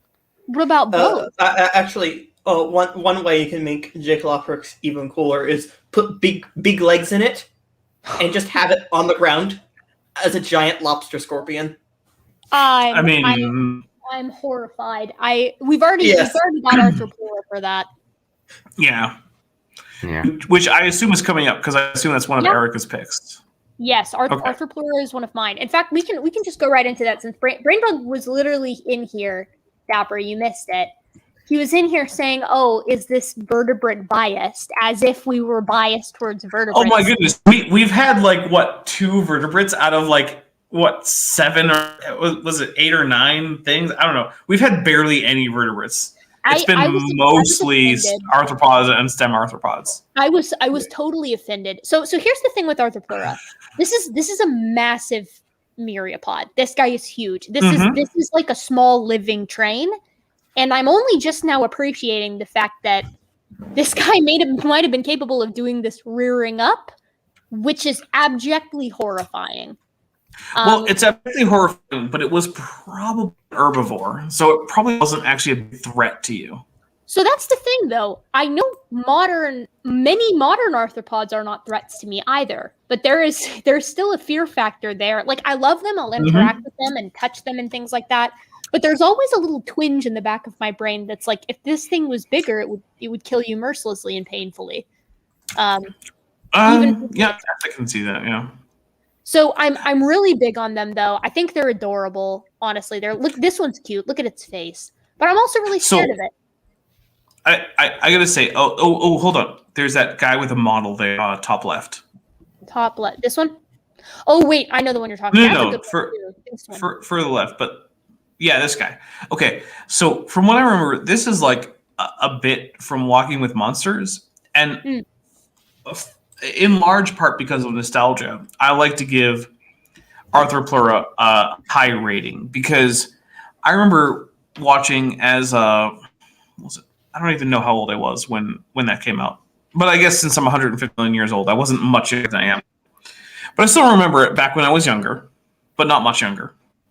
Walking with monsters and being like, okay, Arthropleura is like the coolest thing I've seen since dinosaurs. And so I have a hard time giving Arthropleura any less than like an A tier. But it's almost entirely like a nostalgia thing. But I will say, one little bit is that we're getting something that is basal to the, or at least it appears basal to the sort of the millipede centipede split, because while we're getting a primarily herbivorous myriapod, it's got one pair of legs per apparent segment, right? So in millipedes, one of the easiest ways to tell is each segment on the back that you see, each armor plate, is associated with two legs, which actually means those are two segments because you only get one pair of limb segment with arthropods, but those two segments are fused together to some degree. Whereas with centipedes, they're not. You don't get that pairing of segments, so each apparent segment has one pair of legs. But this is an organism that's living like a centipede, it's living like a millipede, but it has the segmentation of a centipede, right? Which I think is cool. So it's like an herbivorous scolopendron. Yeah. Now, Brainbug, I remembered what we wanted to ask. So scolopendron is to centipede as what is to millipede? And someone let me know when he says, because I can't skip over there, or else it'll do the matrix stuff that I don't. I like that you phrase. I like it that you phrase it like you're the SAT. Yeah. Yeah, well, this is an academic channel mostly. When we're not busy memeing, this is an academic channel. Sorry, Andrew, go ahead. When we're not busy memeing, that's like half of it. It's a lot of it. So I'm guessing we're out of the Devonian now. No, we still have 2 Devonian members. Do we not? Yeah, I had a Devonian one as well. Yeah, go ahead. We agreed on A tier for Arthropleura? Yeah, that's fine. Yeah, I think so. Okay. Who do you got for us, Andrew? So it's called Materpiscus, or this is a cutie. Erica, learn more Greek. That's all I got for you. Hey, go easy on me. Look, I never claimed to be a good speller. I did the spelling bee, but it wasn't by choice. I intentionally failed out of more than one spelling bee because when I learned what would happen if I kept winning, I was like, well, I don't want to do any of that. I want to not win the spelling bee, so I started throwing them. Go ahead, Andrew. Sorry, I could talk shit about the spelling bee for a hot minute. Go ahead. So I'm gonna say Mater. I'm just not going to pronounce it. I think this guy is at least an A tier because he not just because he's cool looking, but because I actually looked up the name and I remember this specific fossil and I was actually looking up the name of that fossil. And this guy is actually the first fossilized recording of internal live birth or internal fertilization and live birth. Yeah, internal fertilization. By the way, Brainbug said Scolopendra is to centipede as polydesmid is to millipede. Polydesmid, okay. But by the way, I'm just going to say how uncomfortable it makes me that we're using masculine terms to refer to something whose name means mother of fish. Well, I was actually, to be fair, Dapper, there's no way you could have known this, but I was about to say this is going to be the first time that I'm going to be like, look at her, she's gorgeous. And I know that sucks, that's like to be fair, my default for primates is usually female, but with the older guys, I tend to go with he because I think it's funnier. It's more memeable. I tend to go neuter for things like this, but the name is literally mother of fish. Yeah, this is quite cute. She's got her little offspring connected via a little. Go down to the bottom left, the second to bottom left. Second to bottom left? That one? Yeah, that one. Yeah. That looks like it looks so like cool. TV version. Yeah, it does. She's a cutie. I am a fan of this, and I'm also liking too that there's a lot of attention given to the reproduction of this organism. Obviously, that's because we've got a great fossil of it with reproduction. Right. We are to reproduction. Yeah, I was going to say that has to go back to the whole fossil thing because right. you don't say mother fish if there's no reason for you to think that there's any kind of motherly thing going on. Right. So I do like that idea that we're getting a really in-depth view of reproduction, because that does happen occasionally, but it's not common at all. And that is pushing me towards a higher rating. Just the fact that we have a fossil with embryo inside, and that's really cool. Is it Dapper? Is it Materpiscus or Materpiscus? So, Mater would be the kind of thing that you would do if you'd followed the word through the English language from like the 1600s. So go either way. So Materpiscus would be a more accurate, if you wanted to like reconstructed pronunciation of ancient Greek and Latin. Materpiscus would be if you wanted to anglicize it a bit. I don't have a preference, honestly. I have to be honest. I don't either. I would be okay with either. So English did this weird thing. Oh, sorry. Go ahead. No, the only thing I was going to say is this is a cool B tier for me because it's a cutie, and I really like that we've got this phenomenal representation in the fossil record of this individual. Outside of the actual fossil, though, it's somewhat unimpressive in comparison to some of the other guys that we've been looking at. So for me, it's a B tier. For me, overall, it's a B tier. If I were to base it just on our second row, like second from the right, this little 3D guy. Yeah, if I were to base it just on how much I like that picture, I'd give it like an A. But I can't really just apply that to everything. And here's the big reason I like it. It sort of looks like a chibi fish, and it's got like a 3D thing. But the thing is, those are just weird, idiosyncratic things. Overall, I can't base it on that. So I'm going to go ahead and say B. Okay, B tier. What do you think, TD? I'm going to say B tier. B tier. All right. Last member of the Devonian is a super basic pick. Or actually, I haven't done either of mine from the Devonian, but I can cull one of them because we've kind of. You don't have to. We'll do them both. Okay. This is a classic. That is super basic, but yes. Yeah, Dunkleosteus, the classic placoderm genus. It's big, it's armored, it's got big plate teeth. It's scary, and potentially the placoderms were at least in part responsible for the fleeing, quote unquote, of the of our bony fish inland that eventually managed to make their way. There's one biting Santa. The bony fish fled the Helm's Deep. So this is so tragic. So the thing is, I want to rate it fairly high because I like Dunkleosteus, but on the other hand, it's like, oh hey, have you heard of this geological period? And people are either going to say no or they're going to say Dunkleosteus. So okay, hold on, push back on that. Placoderms are incredibly enigmatic. I mean, these guys ruled the sea for a significant period of time. These were the guy you wanted to be if you were living in the Devonian Ocean, or the early Carboniferous. Well, no, I think they were ganked at the end of the Devonian. Yeah. The Devonian is the time to be one of these guys. I love that they've got an armor around the eye, like around the actual. Yeah, orbit, that's as an orbit. That's pretty cool. That's very cool. I'm a big fan of these guys.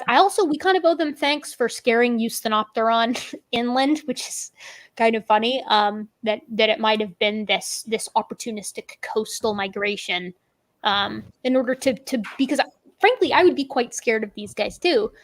I also really like the artistic interpretations of Dunkleosteus. Like I like how some people are like, hey, we're going to go with a sort of lippier version that doesn't necessarily show the full plating. I like the lippier version. I think it's more realistic, but... You think the lippier version is more realistic? I think you're probably right. Yeah, so the thing is, you look at modern animals, and virtually none of them, when they have their mouths closed, are exposing their teeth. Right. It's incredibly rare. So I always default towards there's a fleshy covering is protecting whatever the biting surface is, unless you can prove to me that it's a beak that's sticking out over the flesh, which you can't with Dunkleosteus. So I tend to think that the lippier version is almost certainly the more accurate. And honestly, I've seen some lippy version of closed mouth Dunkleosteus that are downright cute. So they're big old cuties, and plus they look like okay. I really like this.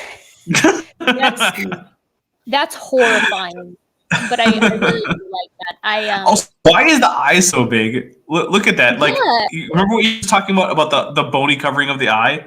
They just ignored that in that picture. They were like, "Nah, that whole thing is just a big old eye." They were like, Dapper, it's anime eyes. Yeah, what if we just gave it the cat eye, the cat girl eye, right? Like, for hey, me, don't take away my cat girls. For me, I actually have nothing for cat girls. Sorry. What is that? Going on here? Is that an inner jaw? Is that like a moray eel jaw? I don't know what's happening. But the thing is, why would you give this individual like a moray eel jaw?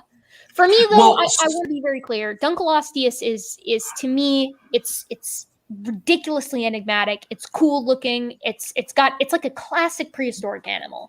So for me, I'm gonna give it an S tier. You guys can take it down. I know you want to come for Dunkleosteus. I'm sorry. It's a great prehistoric animal. There's a reason it's so popular. Go ahead. Or I'm gonna give it an S. Just because of the fact that it had a bite force equivalent or greater than that of a great white shark, according to modern estimates. That and it's just so enigmatic. I have to give it an S tier. This was a very successful guy. Look at him. All right. Look at him. All right. I hear the arguments, and I'm not going to go weird and like, oh, it's Shadow Realm or D or whatever. But I'm going to go ahead and say I think A tier. It's just that it's really cool. But the thing is, if you look at the osteology of just the face of it, it's not that much different from like an Actinopterygian that I'm like, oh, this is amazing. So cool. It's just it doesn't have teeth. It's biting on its bone, which is like not a great idea. Just ask the Tuatara. It can't survive very long because its teeth wear down because it doesn't have teeth.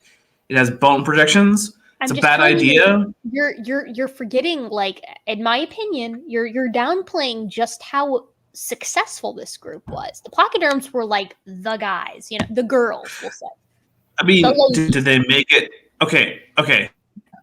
So did jaw chopping, bone chopping armored fish? How long did they make it? I'm just saying. Look, I know it's that they got basically ganked. just a Devonian.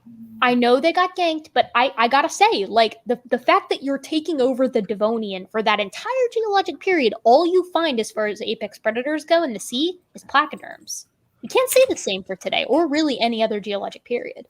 I mean, I'm not agreeing, and I'm saying F tier. I'm saying A. TD is the tiebreaker. Andrew and I will yield if we're gonna pull her down to the A tier. We're cool with it. I'm gonna say A tier, and I'm gonna make a note on this as to why it's A tier, because placoderms as a whole, as soon as fish started basically dropping the big bony armor in favor of maneuverability and speed, as they still do to this day, placoderms got ganked hard. Yeah, that's true. That's true. Their main boost was suddenly able to just outmaneuver them completely. No, I think that's a fair point. Okay, A tier for Dunkleosteus. And my last Devonian pick, which is not nearly as controversial, is... Hold on, I'm not even typing. Is Acanthostega, which is a less popular member of the Sarcopterygian fish to tetrapod transition. And I think it's quite cute. I like these guys. Anytime someone 3D renders one of these dudes, I think it's adorable. I've also seen your top left reproduction in real life. My top left? Yeah, that guy right there. I've seen that in real life. Look at these little sockets here. That's very cute. I just gonna say, I love it when I see photographs of museum specimens that I've seen in real life, because I'm like, oh yeah, I've been there. Sort of like when I see in movies, some like shows like, oh, this scene happens in Hong Kong, and I'm like, I remember that building. See, I'm with you, but for different things, and I don't know that I've been to as many museums as you have, Dabra. Although I've been to quite a few. This is adorable. Look at this. Oh my goodness, it looks like a puppy. This is a cute picture. I want it. I want it too. This is quite a romantic one as well. An above shot swimming in kind of this marshy landscape. And we got a little crazy box shaped fish down there. If you click on it again. It's adorable. It's B tier. I love how awkward stem tetrapods are. B. I was honestly about like I wouldn't object to S because it's so adorable and it's like this guy is the prototype for so many animals on land today, and by so many I mean like your brain bug. Most of the ones you like. Yeah, and look at all those fingers too. It's got all the fingies. So I was actually going to point out the same thing, TD. Like I really do love this strange digit form, like this strange digit number that it went with. Like this guy's just walking around he really is just walking around with 8 fingers. Hey, you know what? Octodactyly for the win. That's what we should. I do like that. Okay, can we compromise with an A tier for Acanthostega? Yeah, I'm okay with the year. Okay, A tier for Acanthostega. I think that's fair. All right, Devonian is gone. How about the Carboniferous? Who do we have? Oh, I'm starting out with Megarachne. Megarachne. And I have a few reasons for this, right? Oh my god. So here's the thing. That is a bit inaccurate because Megarachne means big spider, right? But the thing is, it wasn't a spider. It was a eurypterid. It was like a freshwater, semi-terrestrial eurypterid. And the thing I love about it is how badly misinterpreted it has been, but how cool it actually was. Because it was a very late eurypterid, but it wasn't a spider despite its name. So are you thinking more of this then? Yes, right. That's a more accurate reconstruction. And the thing is, a video on this that's very nice. I'm not picking it because I think it's like, oh, this is the super S tier of eurypterids or anything. Like, I'll be honest, if you guys wanted to go C tier for Megarachne as it actually existed, I'm not going to object because it's not super special. It's just a freshwater eurypterid, but I love how misunderstood it is, and it's adorable, and it's a fun guy to talk about, right? So this I love. I love this. Yeah. But this, I gotta be quite honest, I'm really spooked by this. There's something about massive Chelicera that scares the crap out of me. That is not accurate. The other one is much more accurate. This this is really fun too. I really like this. You know what? I'm cool for C tier. I like this guy. He's nice. Okay. I think like I don't honestly have that much to say about it, except Walking with Monsters portrayed it as a giant spider before we knew it was a eurypterid, and it's like so it has a bit of nostalgia for me. I wanted it to be in the list, but like honestly, it's not like an A or an S or anything tier. C is fine. This is a cutie. I will say I do like this guy. I'm cool with C. What do you got, Andrew? What do you got for us? I'm honestly not sure, but I'm thinking D. D tier? Okay, ouch. TD, what do you got? You're the tiebreaker. I say C, but from Brainbug in chat, we are placoderms, which technically yes, but actually no, but yes. Placoderm is a little controversial. Placoderm isn't necessarily monophyletic. But I like the sentiment though. I think that's also, thank you, Brainbug. Yeah. I just have to point out, remember when Brainbug came in with like, oh, you guys are going with vertebrates all the time. And it's like, not even close. Not even close. I do remember that. Brainbug, the thing is, we've got plenty of vertebrates for the Mesozoic and for the Cenozoic. This is a big arthropod hour right now. Oh yeah. I mean, this is the age of arthropods, right? Like, when were arthropods more dominant than at this point in Earth history? Yeah, and one of the nice little things about placoderms is if they're paraphyletic, then we can still be descended from placoderms, just not as a whole group because they aren't monophyletic. Yeah. Okay. All right. So. Okay, so we're good on C tier for Megarachne. C tier? Yeah, I want to give my next Carboniferous. Okay, which is Megalocephalus. Megalocephalus. Yes. What do we got? Oh, I like this. Yes. So here I want to point out I think this might be the first vertebrate pick. This entire stream. Well, Acanthostega. I didn't pick that though. Oh, your first vertebrate pick. Okay. Right. This might be my first vertebrate. We're getting all the way to the Carboniferous before I pick a vertebrate. So, brain bug, you're welcome. There you but go, Gigi. The thing I like about this is it's like one of the earliest quote unquote crocodiles, right? Because the thing is, from Carboniferous on, we've had tetrapods that ambush predate from the water and been very diverse groups of animals, right? Like we've got mammals that would do it. We've got archosaurs that do it. We've got archosauriformes that do it. We've got basal tetrapods that do it. And this is one of the first. I love that about it. And the reconstructions are cool. And it's just, I think it's one of the coolest early tetrapods that are out there. No, I think that's fair. I do like this guy. I'm willing to go A, but I'm actually going to vote B because it's Erica. Oh, Erica, reclick on that on the skull right there in the top right. That one. Look at it! Look at it! Look at that! Dinosaur. No, it's not a dinosaur. Here's the thing, right? Like, I could see A. I'm actually going to vote B because ultimately its anatomy is not particularly spectacular. And I like it primarily because it's the earliest example of an evolutionary trend. So, we have evolutionary trends like everything becomes crab, everything becomes snake, but also a lot of things become crocodile. And it is a good pick. That's a solid spot to be in. Yeah. Yeah, I'm cool. Yeah, I'm I cool agree with B. B, yeah. TD? B, TD? I'm going to B. All right, let me give my Carboniferous pick. Mine is Helicoprion. Oh. Oh, yeah. The one where every reconstruction. Once again, we go with Erica loves the ugliest possible things. The thing is, I really prefer this less likely one here.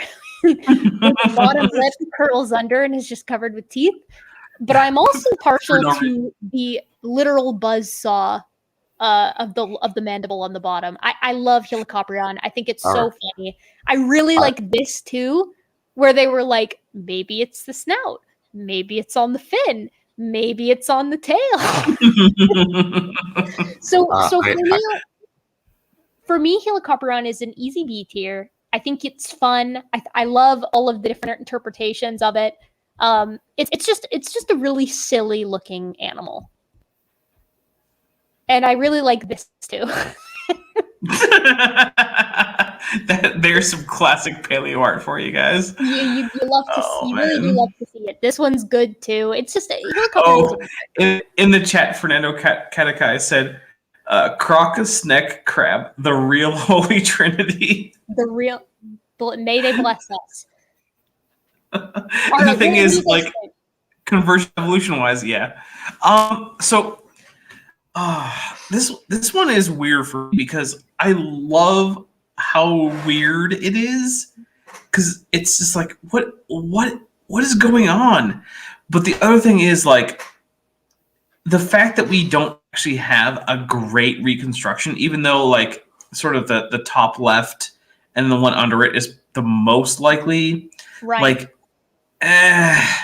what does that do for me? And the answer is not a huge amount. So I'm gonna go ahead and say like a B tier because like I like it, but I don't love it. Would you say B tier? Yeah, B. Bravo. B tier? That's okay with me. I'm cool with the B. I'm cool with the B for this guy. I'm gonna banish it to the Shadow Realm because the bastard couldn't leave enough behind enough for us to actually be able to piece it together. Oh my god. Stop giving us only teeth. Let us see the rest of you. Even when we get this hilarious cartoon. All right. F tier then. Andrew, you're the breaker. What do you think it's gonna be? Besides the jaw, there's nothing too special about it, so I think I'm gonna go with C. Okay, so we've got two B tiers, a C tier, and a Shadow Realm. So I think that averages to C. We'll give it a C tier. C tier. Yeah. Okay. I just want to know what it looks like. How could it do this? Also, I have a slight nitpick. Isn't this guy from the Permian? So it's okay. So it's got a weird range. It depends on who you look at, is what I found. And then I had two for the Permian already, and so I was like, I will go with the less popular. Maybe we've got some Devonian going on or Carboniferous going on because I wanted to do Permian tags. I just thought of something. So click again on that picture where it's like, is it the snout, the dorsal fin, the caudal fin? Oh, that one? Yeah. Well, what if it's all three? Oh my god. Then it's just this would be a Sacabaspis level for me if it really was all three. You would almost have to I was call just saying we can't know for certain it isn't all three so far. You'd have to call it. You would have to call it the party shark if that really was the case, because it looks like those little, those little blowers that have the little. What are they called? Party blowers. Noisemakers. The little noisemakers. Yeah, with the thing that rolls. It looks just like one of these, and you blow into it, and the thing straightens out. So. Yeah. I love it. I love this guy. Okay, who's going first to the Permian? Dapper, what do you got for us? My first Permian pick is Estemetasuchus. I also had because one it's. But... Oh, you have one for the Carboniferous? Oh, we'll go with that. I would say go for Carboniferous before. Okay, who do we got from the Carboniferous there, Andrew? All right, I'm gonna go with an oldie but a goodie. Hylonomus. Hylonomus. I think it's I was gonna say I think it's a Y. Hylonomus. Sorry. This is a cute one. Just a classic guy. It's cute, and it's one of those things where it's like, hey, how basic of a tetrapod do you want to, or not? Yeah, how basic of a tetrapod do you want to be, or how basic of a reptiliomorph do you want to be? Yeah, and this guy is just, it really is an oldie but a goodie, and this is a classic body type too. This is another lizard does well. Lizard body shape does well. Well, I think the thing for me is that's one of the first reptilomorphs. And so I don't know. I feel like it deserves at least a decent score. I'd go B. I could go B. I would go B. Yeah. Here's the thing about this guy, right? It represents the most boringly basic amnio body plan, but it's extremely early when it comes to basic boring amnios boring amnio body plans. It's just super novel for the time period, right? Right. Which is very dope. All right, yeah. B and if we're well, plus when we judge it on like interestingness and originality, really low. But when we judge it on like success, that body plan has stuck around ever since. Yeah, totally. All right. Yeah. So B works for me. I like it. It's cute. I want to keep one as a pet. Have one in a tank.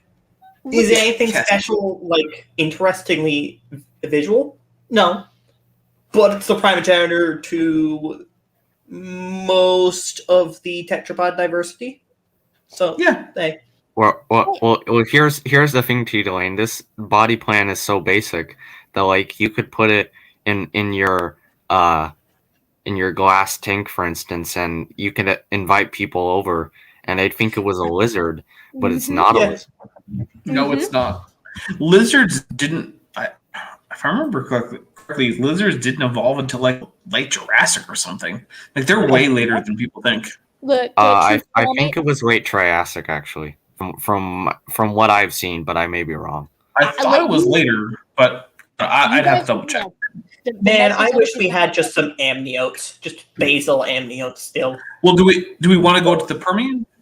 Let's hit the Permian, and then we probably ought to round it off because we're going pretty long now. So I mean, the Permian is the last period, anyways. It is. Oh right, yeah. So Estemenasuchus is my first pick.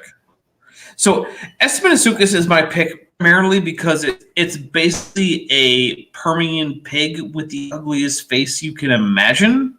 I love this thing so and much. It's adorable, and I don't even know what to tell you. Like, look at it. It's absurd. Look at that. Like most of the Permian. This guy is a big cutie for me, and I want to ask you a question, Dapper, because this is the guy I always think of when you ever see the memes on Twitter where it's like what paleontologists would construct it as looking like, what it actually looks like, and for me, Estemenasuchus reminds me of that for the hippo, because the hippo skull is similarly very audacious.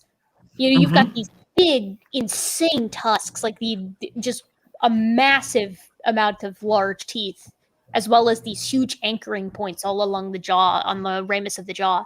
And you see this and you're like, yeah, here's the exact meme I was thinking about.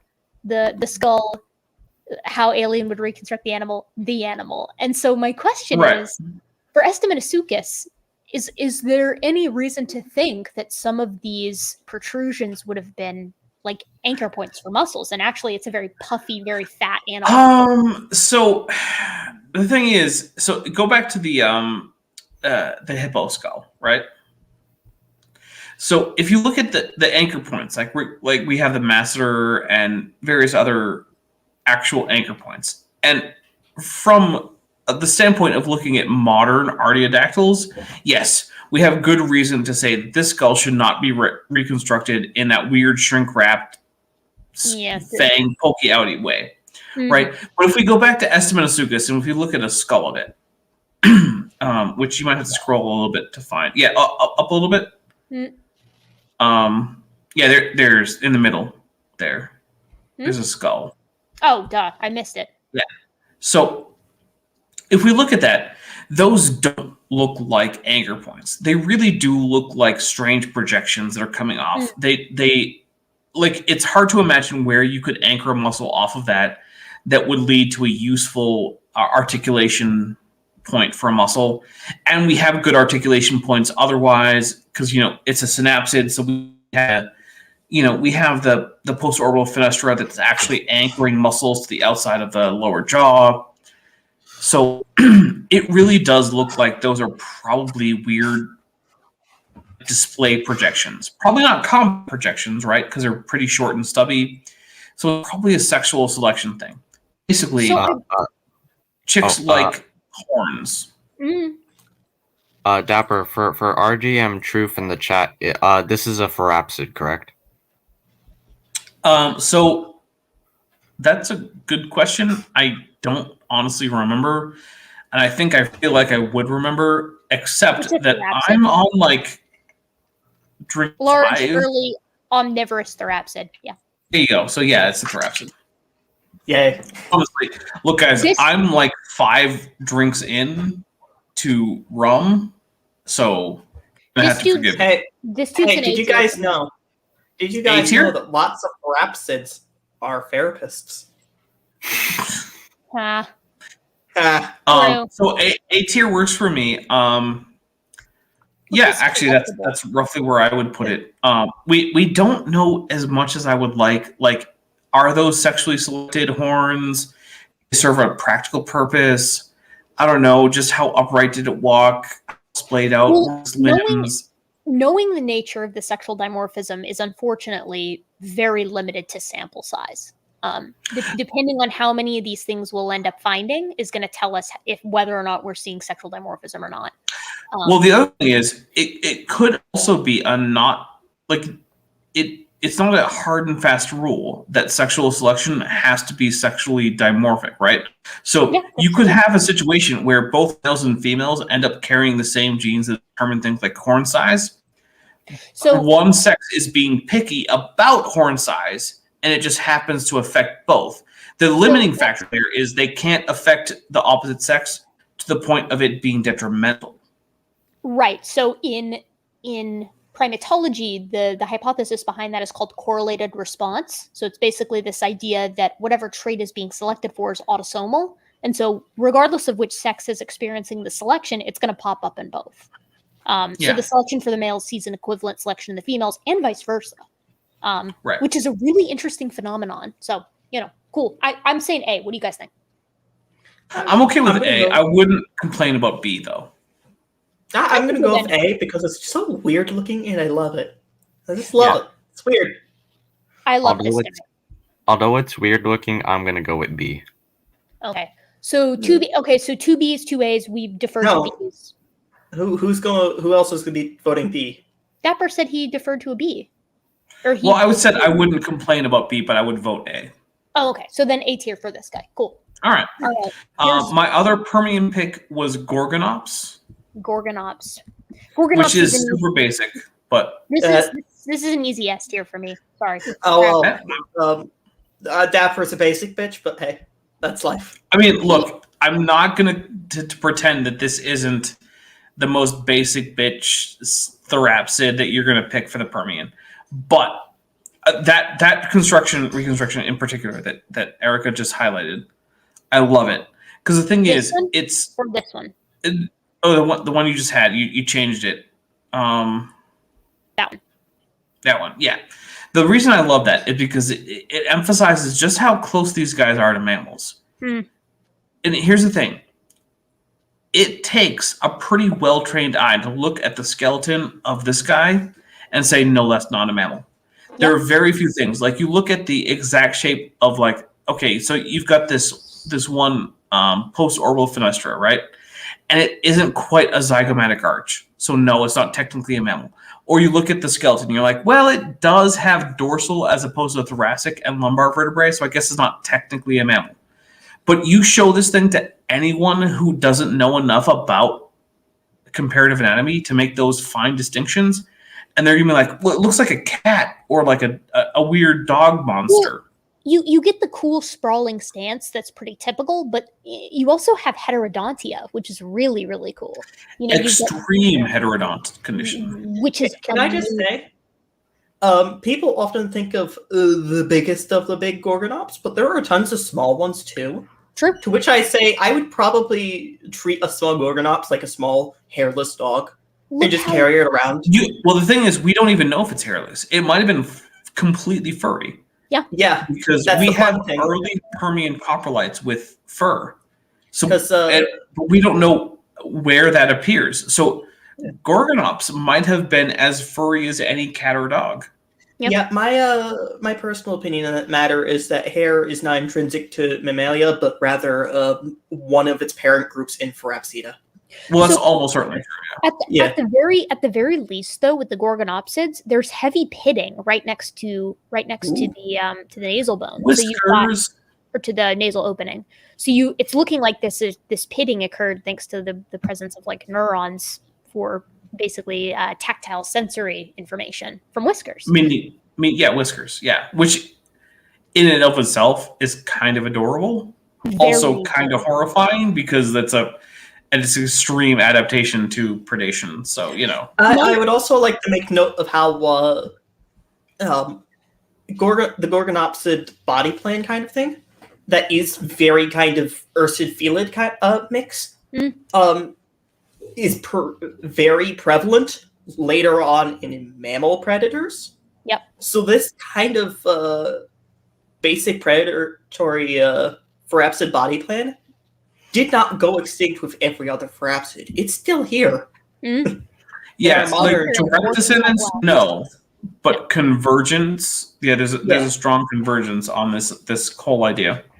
My ideal for the hair as far as the Gorgonops would be very, very cool combination of kind of like almost like a light peach fuzz and highlighted areas, and then the whiskers and the tufts almost around the face for tactile sense. I mean, that sounds cool, but the thing is, we really cannot rule out. No, we don't know. We don't know. Gorgonopsids just had full fur like a tiger. Yep. We have no way to differentiate between whether the peach fuzz, completely naked except for whiskers, or just full on pelage is accurate. Actually, Dapper, I would like to make note that I'm going to say more like a lion due to how utterly boned the permian was getting towards the end of it. True. I mean, the densification. Yeah, sure. Panthera. So are we good? What do you guys think? My vote is S tier for Gorgonops, honestly. I think it's one of the most classic predators. Like when I think predator, I think like T-Rex as a classic. I think Gorgonops. I think Dunkleosteus. I think like Erica. Well, there's another thing to consider is that at least our very big Gorgonopsids are basically the big daddy of all active land predators. Yeah, that's true. Not our sluggish Dimetrodons who are cold-blooded. Actual active predators. I mean, S tier is fine with me. I'm probably going to go A tier just because I'm hesitant to put things in S tier. True. But I understand why. So I'm going to vote A, but I think that's still going to end up with us in either A or S. So who hasn't voted? We need TD and Andrew. Okay. I'm going S tier. S tier. Andrew? Yeah, I think it's just too cool. It's gotta be S tier. Cha-ching. We got S tier for the Gorgonopsids. First one, I think. Now we go from super cool to mega goobers with Eryops. Oh Yay, Eryops. Yes. Okay, so here's my favorite thing about Eryops. For basically no reason, Star Trek once identified Eryops as the common ancestor between humans and Parasaurolophus. I love that. I don't know why, but they did, and I kind of love it. But on the other hand, I kind of hate it. So I'm with you. I have a super love-hate relationship with Eryops because I love it, but it is also the worst. Like this picture, I have such a conflicting reaction to this because on one hand, it's incredible. And on the other hand, this thing just survived and did quite well for itself. And it looks like a fat frog salamander. Like I'm in awe at the size of this lad. Yeah, he's a big boy. He's just a big. He's a big old. I love his weight. I think he's a temnospondyl. I think so. The weirdest. So, but also, it has me, way too many teeth. Yeah, yeah. We actually have a question from Brainbug. I think about Gorgonopsids. What do you guys think about its parental care? That's hard to say. As far as I remember, parental care is cognition and parental care are fairly decently tied within mammals. Particularly development as far as cognition and extra maternal care really goes hand in hand, especially in primates, but really in many mammals. So for me, and when I say brain case size, I mean brain case to body ratio. Like it doesn't necessarily have to be like big brain equals parental care. So, but correct me if I'm wrong, Gorgonops doesn't have like a massive noggin.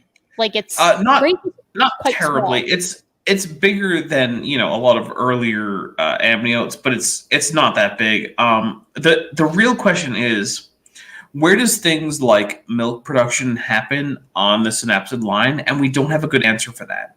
So it's hard to determine how much parental care you're getting outside of like mammaliforms, where we have a really good idea. They're probably producing milk, probably not from actual teats, but probably from like modified sebaceous glands that are just broadly distributed along the ventral side of the body. And we just don't have a good way to assess where on that sort of scale Gorgonopsids would be. Were they giving just barely modified sebaceous secretions that the young licked? How long did the young stay with them? It's really hard to say. Quite literally sweating milk. Yeah. The thing is, though, is that parental care within mammals is it certainly has a relationship with lactation, because lactation requires the offspring to stay with the mother for a period of time. But parental care isn't absent in organisms that don't lactate. So my thinking is one thing, it's which came first, the chicken or the egg with this, in my opinion, right? Like either you've got lactation that's strengthening this mother offspring bond, or you've got a decent parental care that is then reinforced by it. I'm actually pretty strongly on the second camp, that strong parental bond precedes lactation. Yeah, it wouldn't be surprising to me either. It really wouldn't. So the thing is, you got to remember, mammary glands are modified sebaceous glands. And what are sebaceous glands? Basically, they output grease onto hair, right? And they oil. keep the hair greasy or oily to prevent it from matting and whatever. And the thing is, you picture, okay, you're a freshly hatched proto-mammal. And so you lick up a little bit of grease or fat, lipids, whatnot, from your mom's secretions that she's using to keep her hair reasonably well maintained. Well, that gives you a few extra calories that you weren't getting before. Great. That sets up a selection pressure for females of that lineage to produce more and more nutritious sebaceous secretions.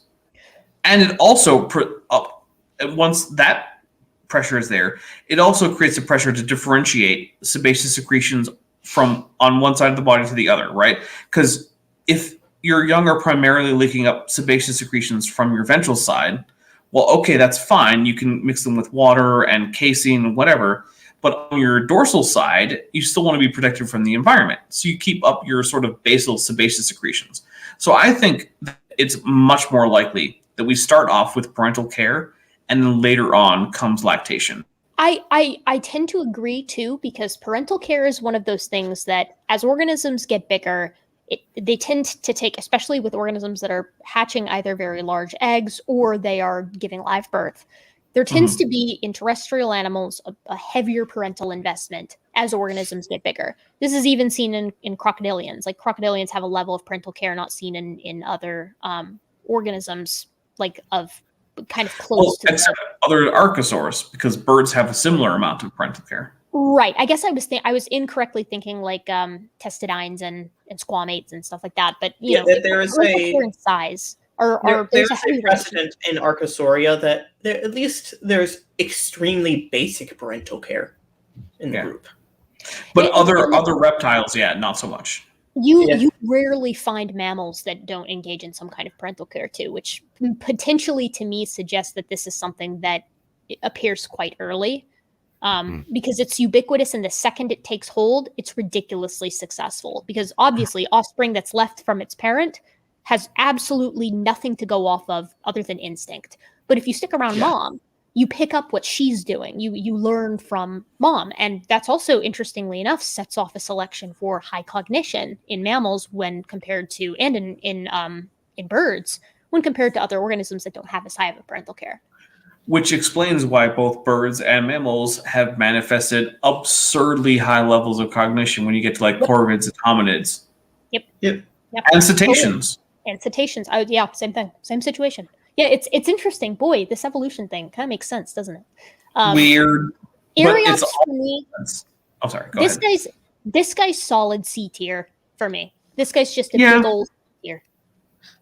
Yeah, I'll go with I'm C. fine. Yeah, it's super basal. I even think it has tabular bones, which is one of those things that like amniotes lose super fast. C is fine with me. So the last guy, so we'll go with C tier. The last guy on the list for this evening to round us off is it Cody? Yes, this is my choice. This is my choice. I misspelled it. This is tiny head, giant body. Yeah. This guy is absurd. This guy's gonna be an A or an S for me. Look at him. This is absolutely see, I have the exact opposite reaction where I'm like, how are we not F tiering or shadow realming this guy? Look at this. Are you so kidding me? crazy. Are you kidding me? Look at this. He looks But like a here's the 7-year-old. thing, Erica. That's the thing. You you find the most attractive organisms to be the ugliest. That is very close to. I can't stand this. Look at him. Oh See, my the God. exact reason you love this is the exact reason I'm like, can we banish him to the Shadow Realm, please? Okay, wait, hold on. Counterpoint to myself. Catillorhynchus is found at the Ark Encounter. Oh,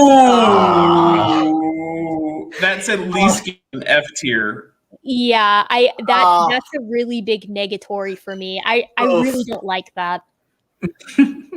I do like that there is a furry Catillorhynchus though. That's quite funny. Oh man, I'm glad you didn't turn your safe search off because that could have gotten worse. Okay, so this to me, the Ark Encounter thing is rough. I can respect not liking small head. So how about C tier for Catillorhynchus? No, I'm going F.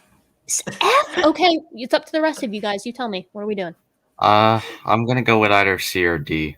Probably D. You're D. Okay. D, So he's sitting okay. with a D. What do you got, TD? I'm gonna go with C tier. C tier. We're back to a C. This guy is a C tier boy. Wait, would that be D? No, it would be C still. Okay, C tier. Okay. So we got Catillorhynchus at C tier. Ladies and gentlemen, that's gonna do it for the Paleozoic ranking. This was very fun for me. So I've had a great time. And we also have to keep in also have to keep in mind that we barely scratched the list of all the interesting creatures of the Paleozoic. Yeah. There's Barely no way. So here's the thing: with any era, there's no way that we could, in any reasonable amount of time, get through as many creatures as that era deserves. Right. There's no chance. There's no chance.